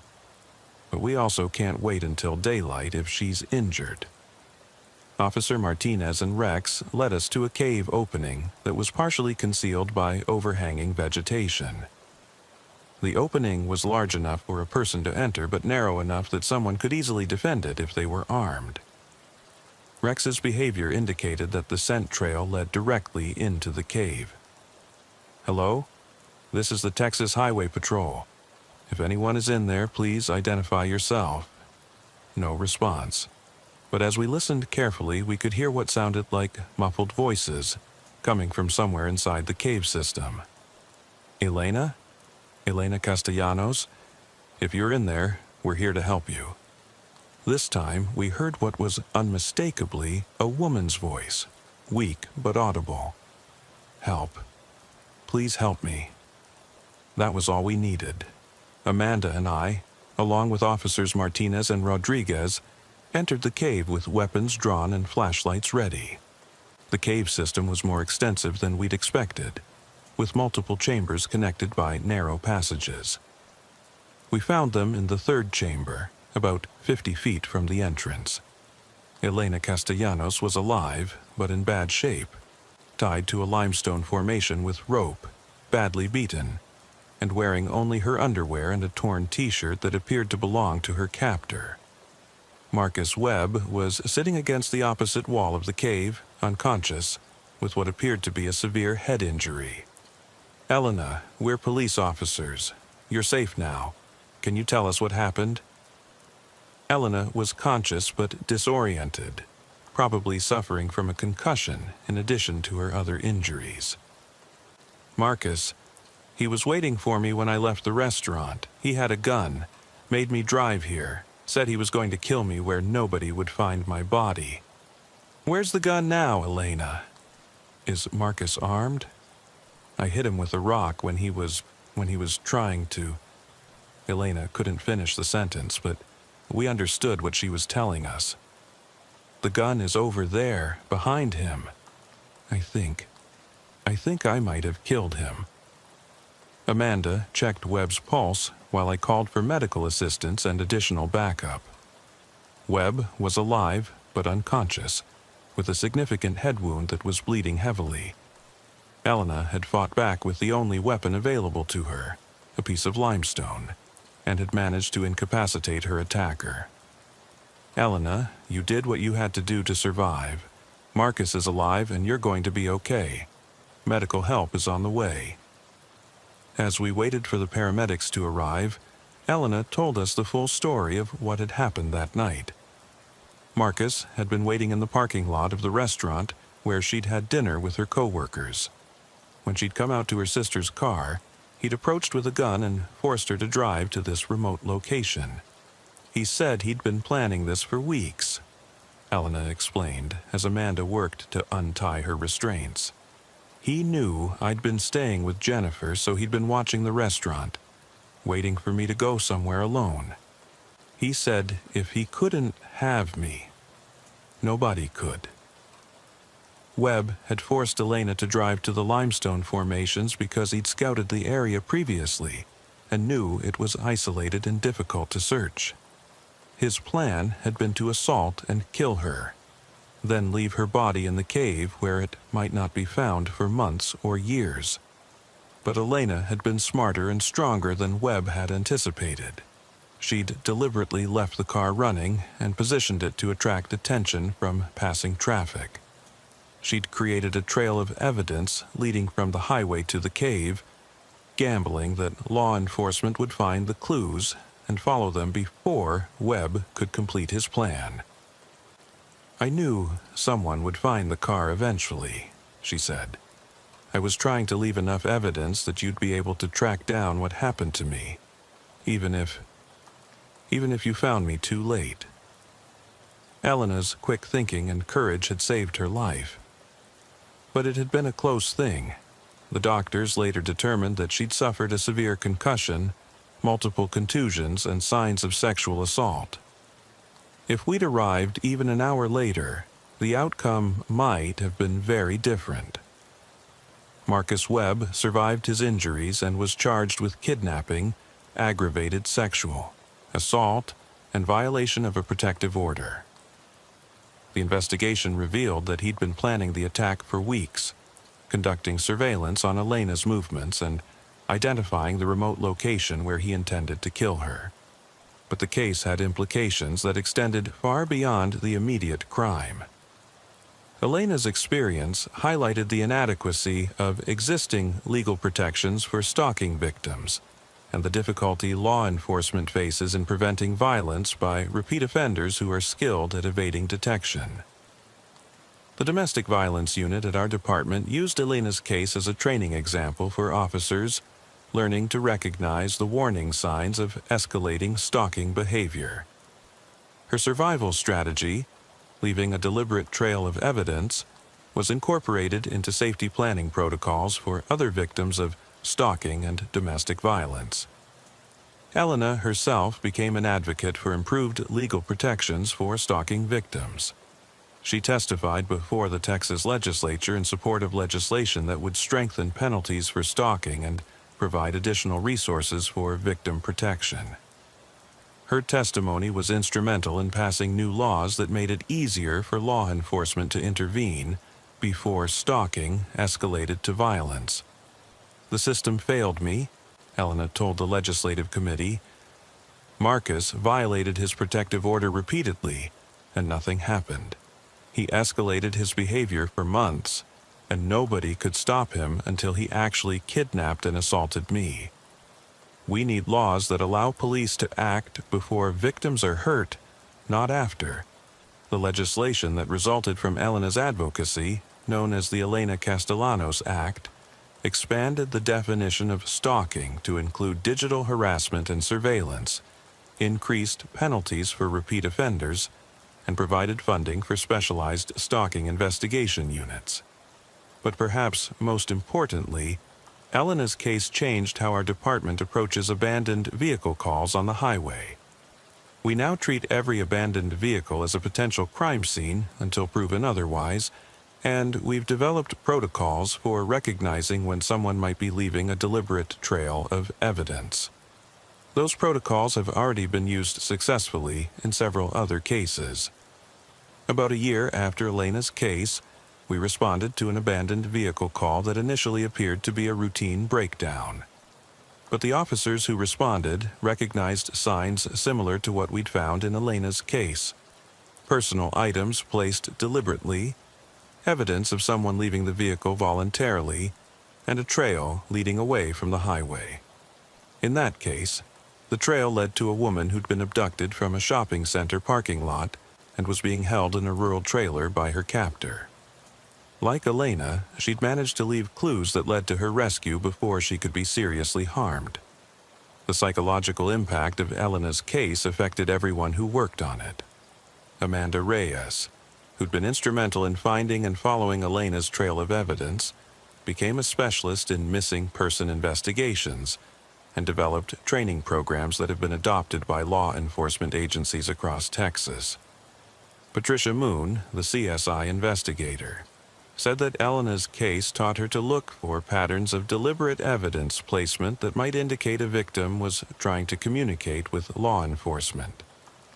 She's since applied those techniques to dozens of other cases, helping to solve crimes that might otherwise have remained unsolved. Even Officer Martinez and his canine partner Rex were affected by the case. The experience of tracking Elena's scent through difficult terrain to ultimately save her life reinforced the importance of their specialized skills, and they've since been involved in numerous successful search and rescue operations. For me personally, Elena's case was a reminder that sometimes the most important police work happens not during high-speed chases or dramatic arrests, but during the careful investigation of seemingly routine calls. The difference between life and death for Elena Castellanos came down to recognizing that her abandoned car wasn't what it appeared to be, and following the trail of evidence she'd courageously left for us to find. I still patrol Interstate 35 on the midnight shift, and I still respond to abandoned vehicle calls on a regular basis. But now, I approach each of those calls with the knowledge that someone might be trying to communicate with me through the evidence they've left behind.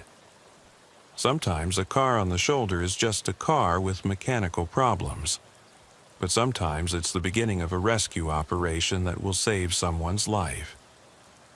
The stretch of highway where we found Elena's car has been designated as a safe haven zone, with increased patrol coverage and emergency call boxes installed at regular intervals.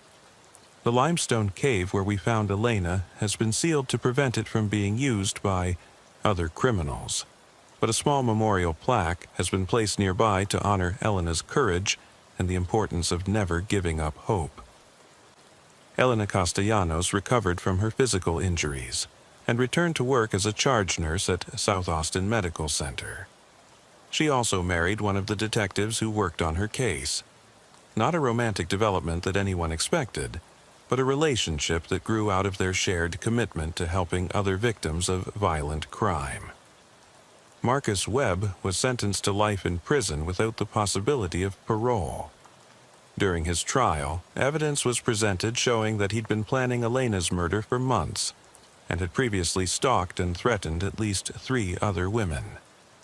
Elena's case was the culmination of a pattern of escalating violence that might have continued if she hadn't been brave enough to fight back and smart enough to leave a trail that led to her rescue. But the most lasting impact of Elena's case has been the changes it brought to how law enforcement, social services, and the legal system respond to stalking and domestic violence.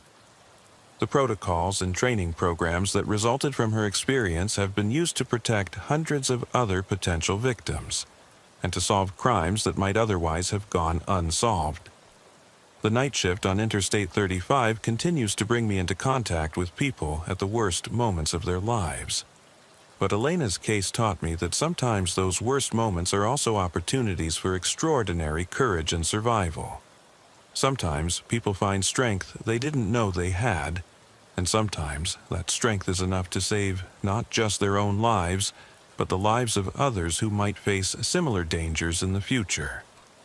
Every abandoned vehicle call I respond to now carries the possibility that someone is trying to tell me a story through the evidence they've left behind. And every time I find that evidence and follow that trail, I remember Elena Castellanos and the night she turned what should have been her final hours into the first chapter of a survival story that continues to inspire and protect others years later.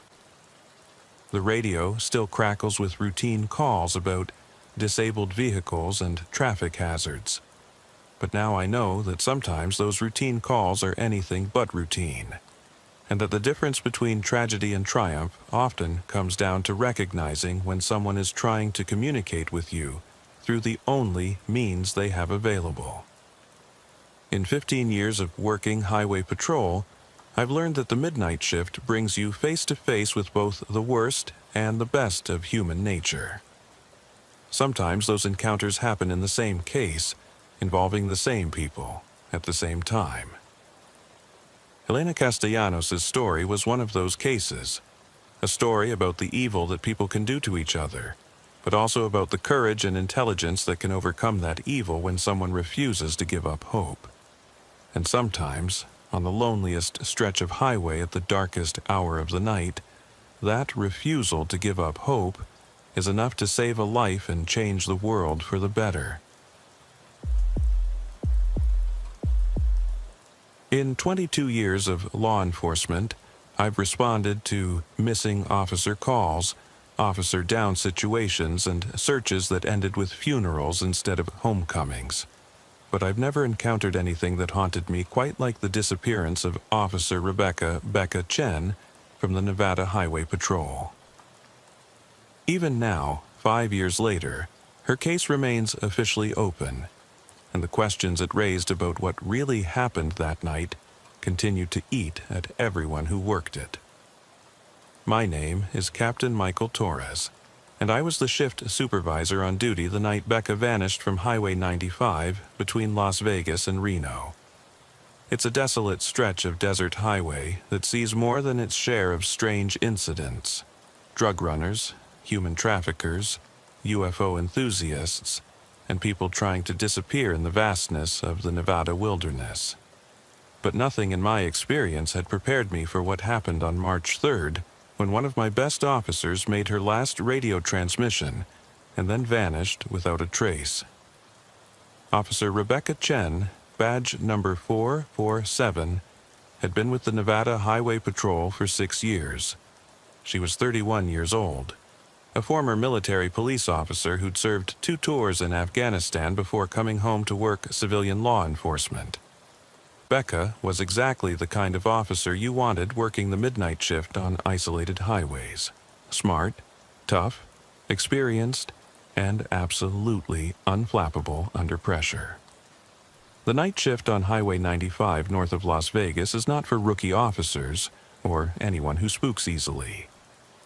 The highway cuts through some of the most remote and unforgiving terrain in North America, with stretches where the nearest backup might be an hour away and cell phone coverage is non-existent. Officers working that route need to be self-sufficient and capable of handling dangerous situations alone until help can arrive. Becca had been working Highway 95 for 3 years and knew every mile of it better than most people know their own neighborhoods. She understood the terrain, the weather patterns, the types of people who traveled that route at different times of night, and the dozens of dirt roads and mining tracks that branched off into the desert. If anyone could handle whatever the Nevada wilderness might throw at them, it was Rebecca Chen. That's what made her disappearance so disturbing. Becca wasn't the type of officer who got lost, made rookie mistakes, or found herself in situations she couldn't handle. She was methodical, careful, and always followed proper radio protocols. When she went missing, it wasn't because she'd made an error in judgment or taken an unnecessary risk. The night started normally enough. Becca had checked in at the beginning of her shift at 10 p.m., reporting clear weather and light traffic on her assigned patrol sector between mile markers 87 and 134. It was a Tuesday night in early March, still cold in the high desert but clear, with good visibility and no unusual weather conditions. For the first 4 hours of her shift, Becca's radio transmissions followed the standard pattern: check-ins every 30 minutes, a couple of routine traffic stops, one assist to a motorist with a flat tire near mile marker 102. Nothing out of the ordinary, nothing that would suggest she was about to encounter a situation that would end with her disappearance. Her last routine transmission came at 2:17 a.m. Unit 447 to dispatch, conducting patrol check at mile marker 118, all clear, no traffic. 18 minutes later, at 2:35 a.m., everything changed. Dispatch, Unit 447, I have a... Wait, that's not right. Dispatch, I'm seeing something that doesn't make sense. I'm going to investigate and report back. That transmission was the beginning of the end. Dispatcher Carol Williams, who'd been working with our department for 15 years, later said that Becca's voice sounded puzzled but not alarmed. Whatever she was seeing, it was unexpected, but not immediately threatening. Unit 447, dispatch copies. Can you describe what you're observing? Dispatch, I'm approximately 2 miles north of mile marker 118. I'm seeing what appears to be, this is going to sound crazy, but I'm seeing a vehicle that shouldn't be here. It's a late model sedan, parked off the shoulder, but there's something wrong with it. The car appears to be, I need to get closer to confirm what I'm seeing. Unit 447, do you need backup for the vehicle investigation? Negative, dispatch. I think this might be an abandoned vehicle or possibly a breakdown. I'm going to approach and assess. We'll report back in 5 minutes. That was at 2:37 a.m. Becca never reported back. When she missed her scheduled check-in at 3 a.m., dispatch attempted to raise her on the radio. No response. They tried again at 3:05, 3:10, and 3:15. Nothing. At 3:20 a.m., dispatch contacted me as shift supervisor to report that they'd lost communication with Unit 447. I was patrolling Highway 15 south of Las Vegas when the call came in. The moment I heard that Becca had missed her check-in and wasn't responding to radio calls, I knew something was seriously wrong. In 6 years with the department, Rebecca Chen had never missed a scheduled transmission. Never. Dispatch, this is Captain Torres. I'm en route to Unit 447's last known position. Notify all available units for search and assist. Also contact the Clark County Sheriff's Department and request helicopter support. Copy, Captain Torres. Last transmission from Unit 447 was at 2:37 a.m., reporting investigation of a suspicious vehicle approximately 2 miles north of mile marker 118. I pushed my patrol car hard across the desert, using every shortcut I knew to reach Highway 95. Other units were converging from different directions, but I was closest to Becca's last known position. The drive gave me too much time to think about all the things that could go wrong for a lone officer in that remote area.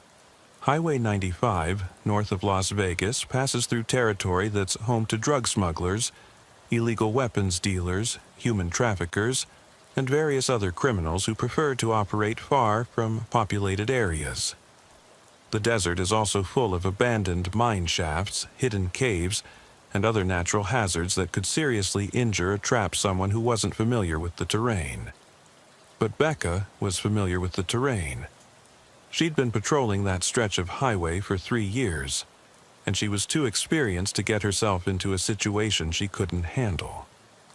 Whatever had happened to her, it wasn't the result of carelessness or inexperience. When I reached mile marker 118 and started looking for Becca's patrol car, what I found didn't make any sense. There was no patrol car. More specifically, there was no sign that a patrol car had ever been in the area. No tire tracks in the sandy shoulder. No evidence of a vehicle leaving the highway. No indication that Unit 447 had stopped anywhere near mile marker 118. I drove slowly north along the highway, scanning both sides of the road for any sign of Becca's car or the suspicious vehicle she'd reported investigating. At mile marker 120, I found something that made my blood run cold. Sitting on the shoulder, exactly where Becca had described seeing a suspicious vehicle, was a late model sedan. Dark blue Honda Civic, Nevada plates. parked neatly off the roadway with no signs of damage or mechanical problems. The car was unlocked, keys in the ignition, purse on the passenger seat, cell phone plugged into the charger. But there was no sign of the driver, and more importantly, there was no sign of Officer Rebecca Chen or her patrol car. I called it in immediately. Dispatch, Captain Torres at mile marker 120. I've located a suspicious vehicle matching the description from Unit 447's last transmission. Dark blue Honda Civic appears to be abandoned. No sign of Unit 447 or Officer Chen. Request immediate backup and search coordination. Copy, Captain Torres. Multiple units en route. ETA 15 minutes. Helicopter support is airborne. While I waited for backup, I examined the Honda more carefully. The vehicle was registered to Sarah Mitchell, age 28, from Henderson, Nevada. According to the registration, Sarah was a nurse at Sunrise Hospital in Las Vegas. Her purse contained her driver's license, credit cards, about $60 in cash, and various personal items. Nothing appeared to be missing. But there were details about the car that didn't fit with a simple breakdown or abandonment. The fuel tank was nearly full. The engine started immediately when I turned the key, and there were no mechanical problems that would have forced someone to stop. The car had been parked deliberately, not abandoned due to emergency. More disturbing was what I found in the trunk. Sarah Mitchell's suitcase, packed with clothes and personal items as if she'd been planning a trip, but also a handwritten note that read, "If something happens to me, Marcus Kellerman is responsible. He's been following me and threatening me for weeks. I'm scared for my life. Marcus Kellerman." The name meant nothing to me, but the note suggested that Sarah Mitchell had been fleeing from someone when she'd stopped on Highway 95. The question was, where was Sarah now? And what connection did her disappearance have to Officer Chen's vanishing? As backup units arrived and we established a search perimeter around the Honda, I kept expecting to find some sign of Becca's patrol car. But after 2 hours of searching, we'd found nothing. No tire tracks, no vehicle parts, no personal items, nothing that would indicate a highway patrol unit had ever been in the area. It was as if Officer Rebecca Chen and Unit 447 had simply vanished from existence. The helicopter search was equally frustrating. Flying in expanding circles from mile marker 120, the crew found no trace of a missing patrol car or any sign of either missing person. The desert stretched in all directions, broken by distant mountains and scattered vegetation, but revealing no secrets about what had happened that night. By dawn, we had a full-scale missing officer investigation underway. The FBI was notified, additional helicopters were brought in, and search teams with dogs were combing the desert on foot. But as the hours passed without any sign of Becca or her car, the situation became more mysterious rather than clearer. The investigation into Sarah Mitchell's background revealed that she'd been the victim of escalating stalking by her ex-boyfriend, Marcus Kellerman. Sarah had filed multiple police reports over the past 3 months, documenting threatening phone calls, vandalism to her car, and incidents where Marcus had followed her to work and other locations. Marcus Kellerman had a criminal history that included domestic violence, stalking, and violation of protective orders with previous girlfriends. He was unemployed, lived alone in a trailer park north of Las Vegas, and had been arrested twice in the past year for violating the restraining order that Sarah had obtained against him. When detectives went to Marcus's trailer to question him about Sarah's disappearance, they found that he was also missing. His neighbors said they hadn't seen him for several days, and his trailer showed signs of hasty departure. Clothing and personal items scattered around, food left out to spoil, and his truck missing from the driveway. The working theory that emerged from the early investigation was that Marcus had followed Sarah onto Highway 95, possibly forced her to stop, and then abducted her. Officer Chen had somehow encountered this situation while conducting her patrol, and had either been taken hostage or harmed while trying to intervene. But that theory had significant problems. If Marcus had abducted Sarah from Highway 95, why leave her car behind with all her personal belongings intact? If he'd harmed Officer Chen during the abduction, where was her patrol car? And how had he managed to overpower an experienced military veteran who was armed and trained for exactly these types of situations? The search for Becca continued for 6 days, involving hundreds of personnel and covering thousands of square miles of desert. We found Marcus Kellerman's truck on the 4th day, abandoned in a wash about 20 miles from where Sarah's car had been discovered. The truck had run out of gas and been left in a location where it was unlikely to be found by casual travelers. Inside the truck, investigators found evidence that Sarah Mitchell had been held captive. Rope with traces of her DNA, duct tape with her fingerprints, and blood traces that matched her blood type. But there was no evidence that Officer Chen had ever been in the truck, and no clues about where Marcus might have taken his victims. The discovery of Marcus's truck led to an intensive search of the surrounding area, but the desert yielded no additional clues. It was as if Marcus Kellerman had simply walked away from his truck and disappeared, taking Sarah Mitchell and potentially Officer Chen with him. On the 7th day of the search, we found Sarah Mitchell. She was discovered by a search team working in a remote canyon about 15 miles from where her car had been abandoned.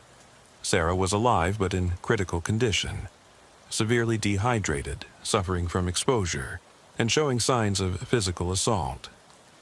She'd been tied up and left in a shallow cave, apparently abandoned by her captor when the search operation intensified. Sarah was rushed to the hospital, where she spent 3 days in intensive care before she was stable enough to be interviewed. When she finally was able to talk, her story added new pieces to the puzzle, but also raised more disturbing questions about what had happened to Officer Chen. According to Sarah, Marcus had been following her when she left work at the hospital around midnight. She'd realized she was being stalked and had tried to lose him by taking Highway 95 north, hoping to reach the Reno area where she had friends who could help her. But Marcus had caught up with her and forced her to pull over by ramming her car from behind. He had a gun, Sarah told investigators. He made me get out of my car and into his truck. He said he was going to take me somewhere in the desert where nobody would ever find me, and that he was going to make me pay for getting the restraining order. Marcus had driven Sarah to the remote canyon where she was eventually found, but he'd kept her tied up in his truck for most of the first night while he scouted for a good place to hide her. During that time, they'd driven around the desert for hours, with Marcus becoming increasingly paranoid about being followed or discovered. Around 3 in the morning, Marcus saw police lights in his rearview mirror, Sarah continued. He went crazy, started screaming about how the cops were going to ruin everything. He pulled off the road and hid behind some rocks, but the police car kept driving and disappeared. That sighting would have corresponded with the time when Officer Chen was conducting her investigation of Sarah's abandoned car. But according to Sarah, Marcus had only seen the police lights from a distance and hadn't had any direct contact with law enforcement that night. Marcus was obsessed with the idea that the police were tracking him, Sarah explained. Even after the police car disappeared, he kept talking about how they were probably setting up roadblocks and organizing search teams. That's when he decided to leave me in the cave and run. Sarah's account explained what had happened to her, but it didn't explain what had happened to Officer Chen.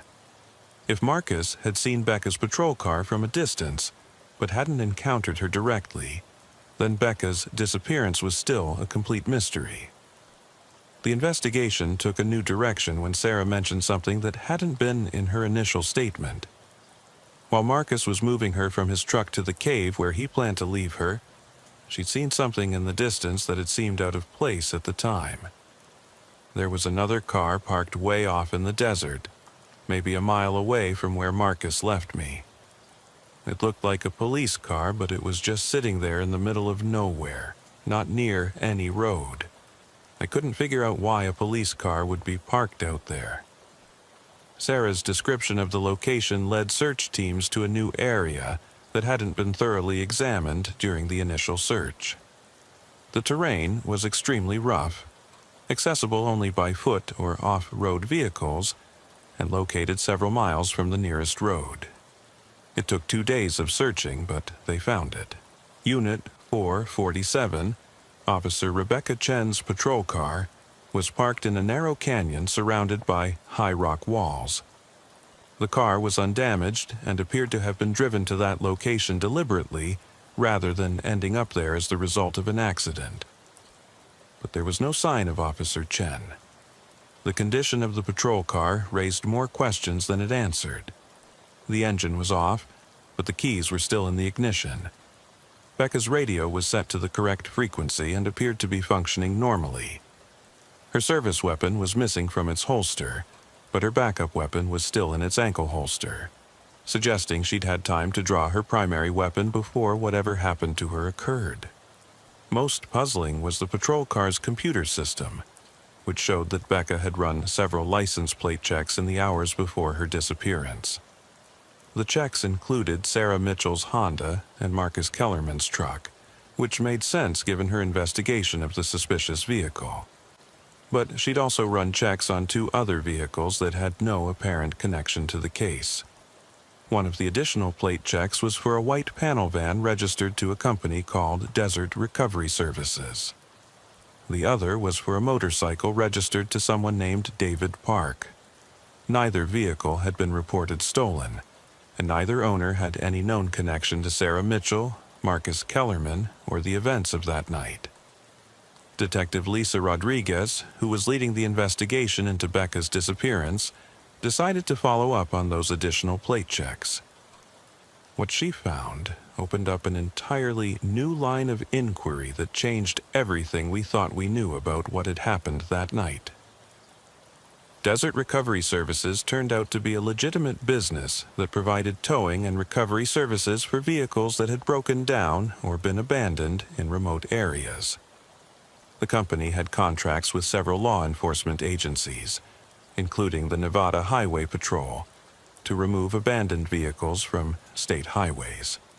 But when Detective Rodriguez contacted the company owner, James Wright, she learned something that made the hair on the back of her neck stand up. Wright said that his white panel van had been stolen from his business lot 2 days before Officer Chen's disappearance, but he hadn't reported the theft because he'd been out of town and hadn't realized the van was missing until after he returned. "I just figured one of my employees had taken it for a job and forgotten to tell me," Wright explained. "It wasn't until Detective Rodriguez called that I realized the van had actually been stolen." The motorcycle registered to David Park presented an even more disturbing connection. David Park was a former Nevada Highway Patrol officer who'd been terminated 18 months earlier following an internal investigation into allegations of excessive force and corruption. Park had been suspected of stealing drugs and money from traffic stops, but the evidence hadn't been sufficient for criminal charges. After his termination, Park had become increasingly bitter and resentful toward his former colleagues. He'd made threatening statements about getting even with the officers who testified against him during the internal investigation, and he'd been the subject of several restraining orders filed by former co-workers who felt threatened by his behavior. Officer Rebecca Chen had been one of the officers who'd provided testimony during Park's internal investigation. Detective Rodriguez immediately issued a BOLO for David Park and the stolen panel van, and began investigating whether Park's disappearance might be connected to Officer Chen's vanishing. What she found was a pattern of behavior that suggested Park had been planning some kind of revenge against his former colleagues for months. Park's landlord reported that he'd been receiving packages and deliveries for Park that contained what appeared to be surveillance equipment: cameras, listening devices, GPS trackers, and other electronic gear. Neighbors said Park had been keeping irregular hours, and had been seen loading and unloading equipment from his motorcycle at all hours of the night. Most disturbing, when Rodriguez obtained a warrant to search Park's apartment, they found detailed surveillance notes on several Nevada Highway Patrol officers, including Rebecca Chen.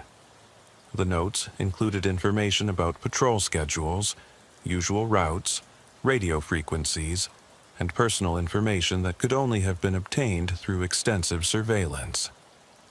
Park's notes on Officer Chen were particularly detailed and recent. He documented her patrol patterns on Highway 95, identified the remote areas where she was most likely to be alone, and even noted the times when radio communication was most difficult due to terrain features. The final entry in Park's surveillance log was dated the day before Chen's disappearance. RC working midnight shift tomorrow, H 95 Sector 87-134. Best Opportunity Canyon Area, MM 120, radio dead zone. Perfect. The evidence suggested that David Park had been planning to ambush Officer Chen in the remote canyon where her patrol car was eventually found. But the plan had apparently been complicated by the presence of Marcus Kellerman and Sarah Mitchell in the same area at the same time. Investigators theorized that Park had been lying in wait for Officer Chen when she'd responded to investigate Sarah's abandoned car. Instead of encountering Chen alone as he'd planned, Park had found himself dealing with a more complex situation involving multiple people and vehicles, but the trail went cold there. Despite extensive searches and investigations, David Park was never found. His motorcycle was eventually discovered at the bottom of a deep mine shaft about 50 miles from where Chen's patrol car had been located, but there was no sign of Park himself or any indication of what had happened to him. Marcus Kellerman was also never found. Despite the intensive manhunt that followed Sarah Mitchell's rescue, he seemed to have vanished completely into the Nevada desert. Some investigators believed he died of exposure while fleeing on foot from his abandoned truck, but his body was never recovered. And Officer Rebecca Chen remained missing. Despite years of continued investigation and periodic searches, no trace of her was ever found. She was declared legally dead 5 years after her disappearance, but the case remains officially open and active.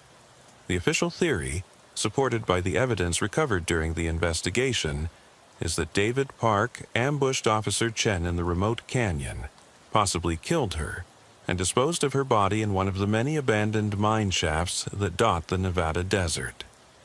Park then fled the scene, but died himself while trying to escape through the harsh desert terrain. But there are aspects of the case that don't fit neatly with that theory. If Park had killed Chen and disposed of her body, why abandon her patrol car in a location where it would eventually be found?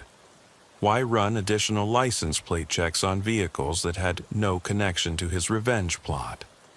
And how had he managed to overpower an experienced officer who was armed and alert to potential danger?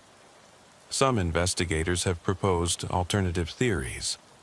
Maybe Chen discovered Park's surveillance operation and confronted him, leading to a struggle that ended with both of them falling into a mine shaft or hidden cave.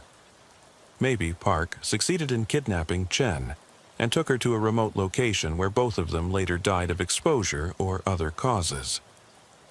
The most disturbing theory, though one that lacks supporting evidence, is that Park didn't act alone. If he'd had accomplices helping with his revenge plot, they might have been able to overpower Chen and dispose of both her and Park when the operation went wrong.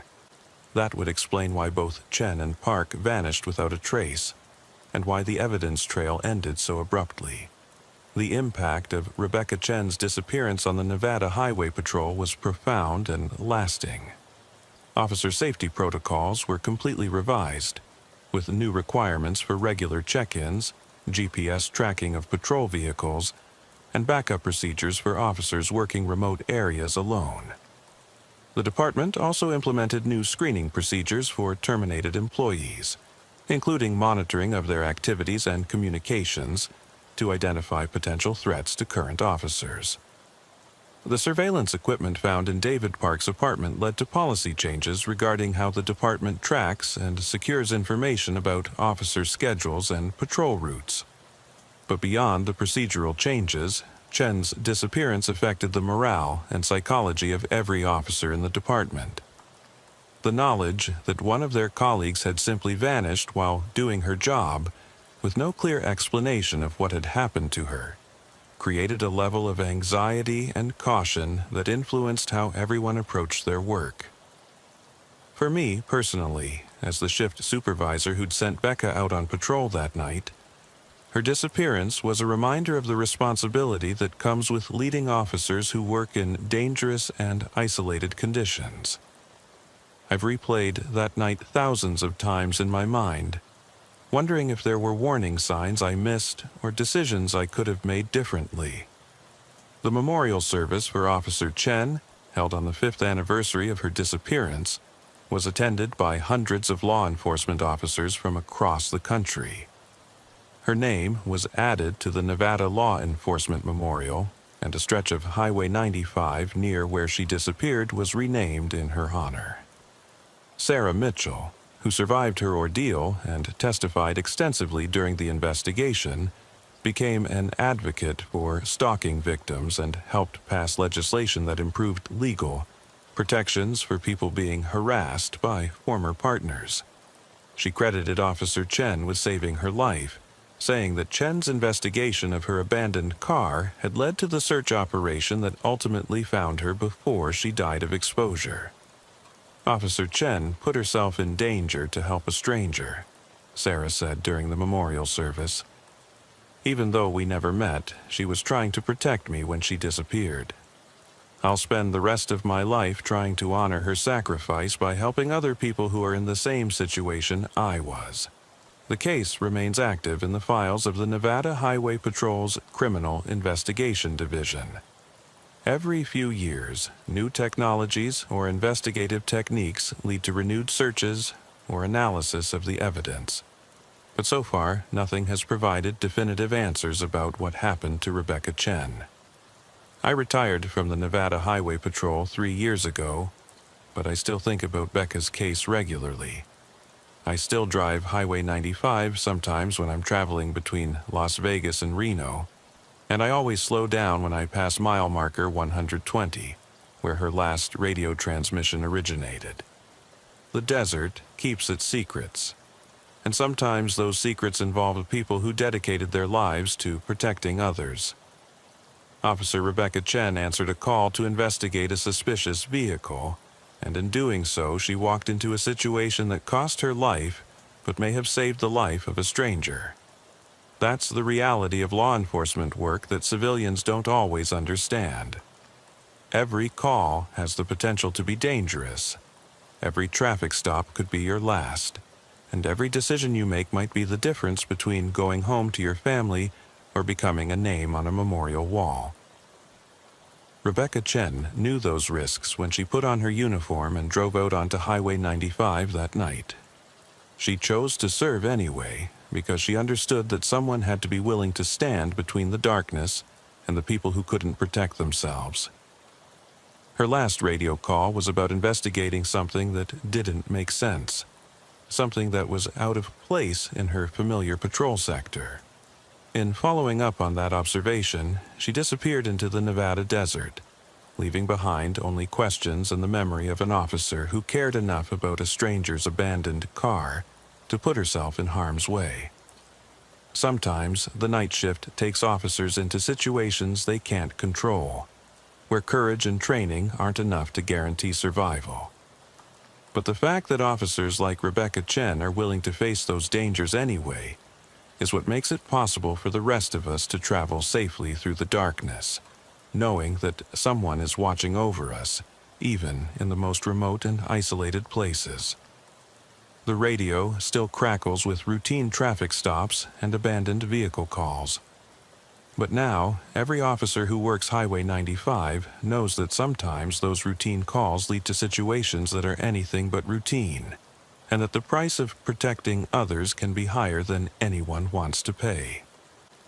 Officer Rebecca Chen paid that price on a cold March night in the Nevada desert, and her sacrifice continues to protect and inspire the officers who patrol that same stretch of highway today.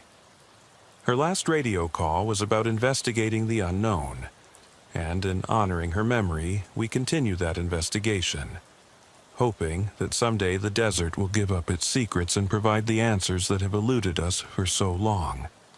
The psychological profile that the FBI developed on David Park painted a picture of a man who'd been consumed by rage and the need for revenge after his termination from the highway patrol. Park had grown up in foster care, had no close family relationships, and had struggled with authority figures throughout his life. His military service record showed multiple disciplinary actions, and his employment history before joining law enforcement was spotty at best. According to the profile, Park's identity had been completely wrapped up in being a police officer. When that identity was stripped away during his termination, he'd experienced what psychologists call a narcissistic collapse, a complete breakdown of his sense of self-worth that manifested as paranoid thinking and homicidal rage toward those he blamed for his downfall. Park saw his former colleagues not just as enemies, but as people who had destroyed his entire reason for existing, explained Dr. Sarah Holbrook, the FBI behavioral analyst who worked on the case. In his mind, they had taken away everything that defined him as a person. That kind of psychological injury often leads to elaborate revenge fantasies that can take months or years to develop into actual violence. The surveillance equipment found in Park's apartment suggested that his revenge planning had been extensive and methodical. He'd purchased cameras capable of night vision recording, GPS tracking devices that could be attached to vehicles, and radio scanners that would allow him to monitor highway patrol communications. The level of sophistication indicated that Park had been planning his revenge operation for many months. But perhaps most disturbing was a journal that investigators found hidden in Park's apartment during a more thorough search conducted weeks after the initial discovery.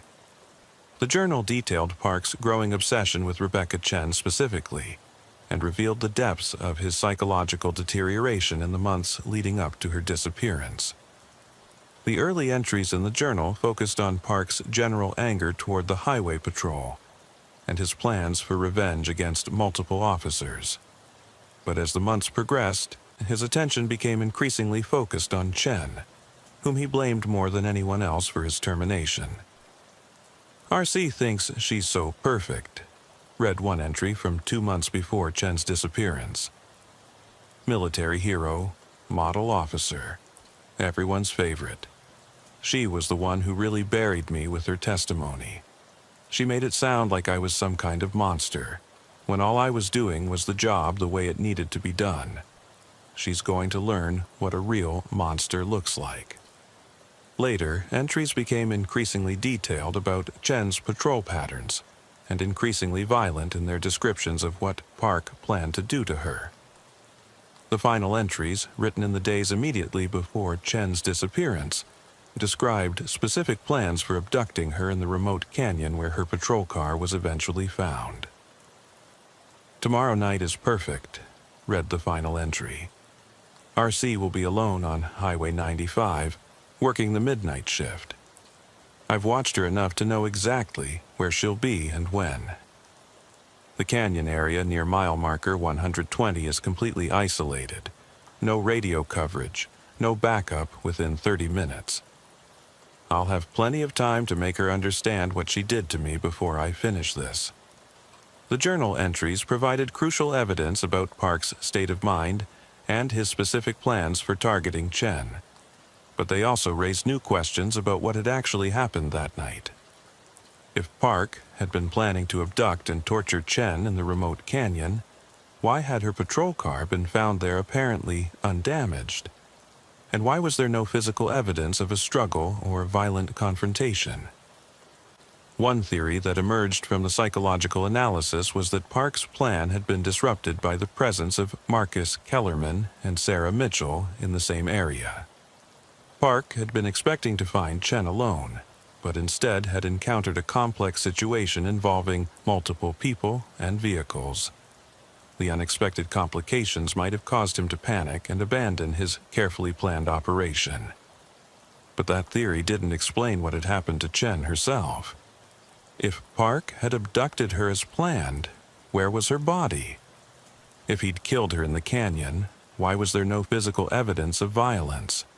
And if he'd abandoned his plan and fled, what had caused Chen to disappear without a trace?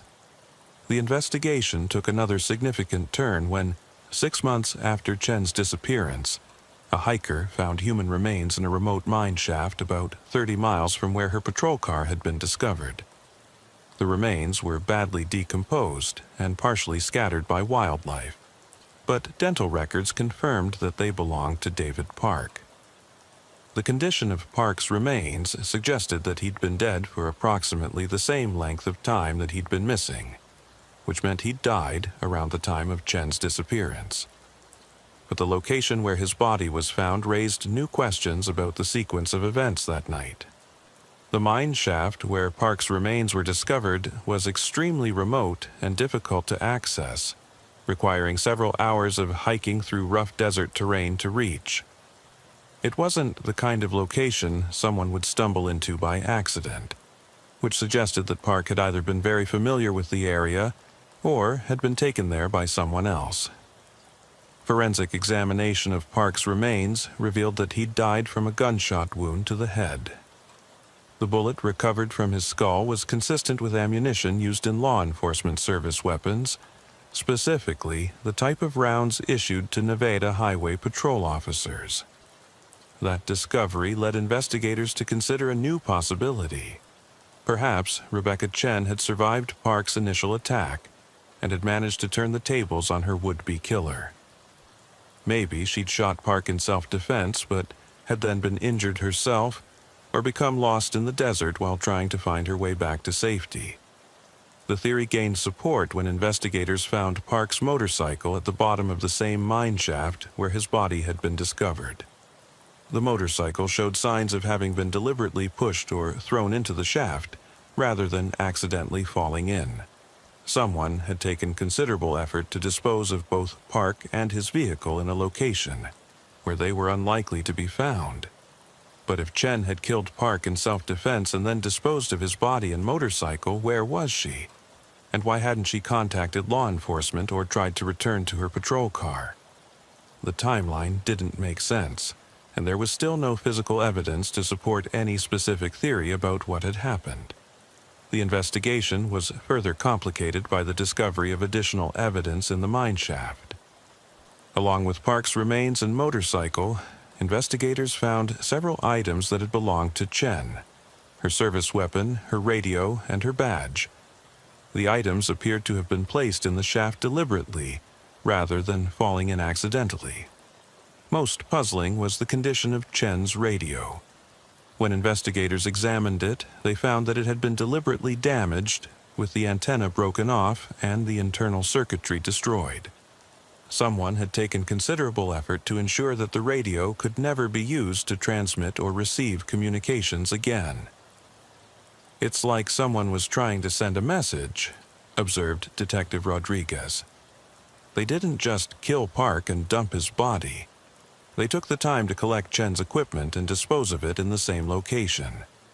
That suggests a level of planning and deliberation that doesn't fit with a spontaneous act of self-defense." The FBI expanded their investigation to consider whether Chen's disappearance might have been the result of a larger conspiracy involving multiple perpetrators. If Park had been working with accomplices, they might have been able to overpower Chen even after she'd managed to kill Park. The accomplices could then have disposed of both bodies and planted evidence to confuse the investigation. But despite extensive investigation into Park's associates and known contacts, no evidence of accomplices was ever found. Park appeared to have been a loner who'd planned and executed his revenge operation entirely on his own. The sophisticated surveillance equipment found in his apartment showed no signs of having been shared or coordinated with other people. As the investigation continued without producing definitive answers, various theories emerged within law enforcement about what might have actually happened that night. Some investigators believed that Chen had killed Park in self-defense, but had then died herself from injuries sustained during the struggle. Others theorized that both Chen and Park had been killed by a third party who had stumbled onto their confrontation. The most exotic theory, promoted by some UFO enthusiasts and conspiracy theorists, was that Chen's disappearance was connected to classified military activities in the Nevada desert. The area around Highway 95 is relatively close to several military installations, including the Nevada Test Site and Nellis Air Force Base, and some people believed that Chen had witnessed something she wasn't supposed to see. But law enforcement investigators found no credible evidence to support any involvement by military or government agencies. The physical evidence consistently pointed to David Park as the primary suspect in Chen's disappearance, even though the exact circumstances of what had happened remained unclear. The case took on a life of its own in the media and popular culture. True crime podcasts dissected every piece of evidence. Amateur investigators proposed elaborate theories about what had happened, and Chen's disappearance became the subject of several books and documentaries. The attention kept the case in the public eye, but also generated numerous false leads and conspiracy theories that complicated the ongoing investigation. One of the most persistent alternative theories was that Chen had survived her encounter with Park and had chosen to disappear deliberately. Proponents of this theory pointed to Chen's military background and survival training, arguing that she would have been capable of living off the grid in the Nevada desert if she'd chosen to do so. Rebecca Chen was Special Forces, argued one online forum dedicated to the case. She had advanced survival training and knew how to operate in hostile environments. Maybe she killed Park in self-defense and then realized that there might be more people coming after her. Maybe she decided that the only way to stay safe was to disappear completely. But investigators found no evidence to support the voluntary disappearance theory. Chen's bank accounts had never been accessed after her disappearance, her credit cards had never been used, and she'd never contacted any family members or friends. Her complete absence from any kind of electronic or financial trail suggested that if she was alive, she was living in a way that would be extremely difficult to maintain long-term. The impact of Chen's disappearance extended far beyond the Nevada Highway Patrol. Law enforcement agencies across the country began reviewing their procedures for protecting officers from threats by former colleagues and implementing new protocols for monitoring terminated employees who might pose risks to current officers. The case also led to improvements in officer safety technology. GPS tracking systems became standard equipment in patrol vehicles, allowing dispatchers to monitor officer locations in real time. Emergency beacons were developed that officers could activate if they were in distress, and communication systems were upgraded to provide better coverage in remote areas. But perhaps the most significant impact was on the culture and psychology of law enforcement itself. Chen's disappearance forced officers to confront the reality that sometimes the greatest threats they faced came not from criminals or dangerous situations, but from their own former colleagues who had been consumed by anger and resentment. "Every officer knows that the job is dangerous," explained Chief Patricia Williams, who had taken over leadership of the Nevada Highway Patrol after the previous chief retired in the wake of Chen's disappearance. "We're trained to deal with armed criminals, high-speed chases, domestic violence situations, and all kinds of external threats. But Rebecca's case taught us that we also have to be alert to threats from within our own ranks." The department implemented new psychological screening procedures for all officers, with regular evaluations designed to identify signs of stress, anger, or mental health issues that might lead to dangerous behavior. Officers who were terminated or who resigned under pressure were subject to ongoing monitoring to assess whether they posed threats to their former colleagues. Training programs were developed to help officers recognize warning signs of potentially violent behavior in their colleagues and to provide resources for getting help before problems escalated to the level of violence. The programs emphasized that seeking help for mental health issues was a sign of strength rather than weakness, and that the department was committed to supporting officers who were struggling with personal or professional problems. The Rebecca Chen Memorial Foundation was established by her family and former colleagues to provide scholarships for the children of law enforcement officers and to fund research into officer safety and mental health. The foundation also supported training programs designed to help officers deal with the psychological stresses of law enforcement work. Chen's partner, Officer Maria Santos, became a national advocate for officer safety and mental health awareness. Santos had worked closely with Chen for 3 years and had been devastated by her disappearance. She channeled her grief into efforts to prevent similar tragedies from occurring to other officers. "Rebecca was the best partner I ever had," Santos said during a speech at a national law enforcement conference. "She was smart, brave, and completely dedicated to protecting people. The fact that she was killed by someone who was supposed to be on the same side as us is something that every officer needs to think about. We have to take care of each other, and that means recognizing when someone in our ranks is struggling and getting them help before they become dangerous." The annual memorial service for Rebecca Chen became a major event in the law enforcement community, drawing hundreds of officers from across the country. The service served both to honor Chen's memory and to remind officers of the importance of supporting their colleagues and maintaining the integrity of their profession. But despite all the procedural changes, training programs, and memorials, the central mystery of what happened to Rebecca Chen remained unsolved. The physical evidence provided clues, but no definitive answers, and the various theories about her disappearance remained just that. Theories unsupported by conclusive proof. Detective Rodriguez, who had led the investigation for its first 3 years, retired from law enforcement partly because of her frustration with the case. "I've worked hundreds of cases over my career, and I've always been able to find answers eventually," she said during her retirement interview. But Rebecca's case is different. Every piece of evidence we found seemed to point in a different direction, and no matter how hard we worked, we never got to the truth. Rodriguez's replacement, Detective Mark Thompson, brought fresh eyes to the case but reached similar conclusions.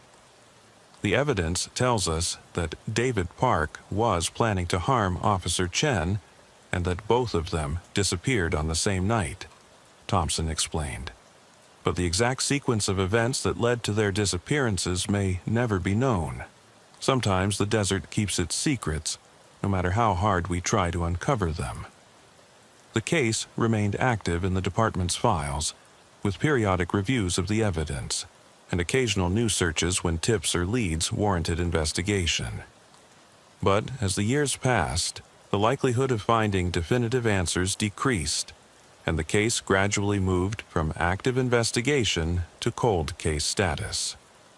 The stretch of Highway 95 where Chen disappeared was renamed the Officer Rebecca Chen Memorial Highway, with markers placed at regular intervals to honor her memory and remind travelers of her sacrifice. The remote canyon where her patrol car was found became an unofficial pilgrimage site for law enforcement officers, who would sometimes stop there during their patrols to pay their respects. Chen's family never gave up hope that someday they would learn what had happened to her. Her parents established a reward fund for information leading to the discovery of her remains, and they regularly traveled to Nevada to meet with investigators and participate in searches. Her younger brother joined the military and then law enforcement, saying that he wanted to carry on Rebecca's mission of protecting people. Rebecca always said that being a police officer wasn't just a job, it was a calling. her brother David explained during a television interview on the 5th anniversary of her disappearance. She felt responsible for keeping people safe, even when it meant putting herself in danger. I know that whatever happened to her that night, she was trying to help someone. That's who she was. The mystery of Rebecca Chen's disappearance became part of the folklore of the Nevada Highway Patrol, passed down from veteran officers to rookies as both a cautionary tale and an inspiration. New officers learned about the importance of radio protocols, backup procedures, and officer safety, partly through the story of what had happened to Chen when she'd encountered a situation that was more dangerous than anyone had anticipated. But they also learned about courage, dedication, and the willingness to put the safety of others above your own safety. Chen's last radio transmission had been about investigating something that didn't make sense, something that was out of place on her familiar patrol route. In choosing to investigate that anomaly, she demonstrated the curiosity and concern for public safety that defined the best law enforcement officers. The radio equipment in highway patrol vehicles was upgraded with Chen's case in mind, providing better coverage in remote areas and more reliable communication with dispatch. Officers were trained to provide more detailed location information during their transmissions, and new protocols required check-ins at shorter intervals when officers were working alone in isolated areas. GPS tracking systems allowed dispatchers to monitor officer locations continuously, but they also served as a reminder of Chen's disappearance. Every time an officer's GPS signal was lost or communications were interrupted, dispatchers were trained to respond quickly and aggressively, with the knowledge that temporary communication problems could sometimes indicate serious emergencies. The psychological impact of Chen's case extended beyond law enforcement to the families and communities that officers served.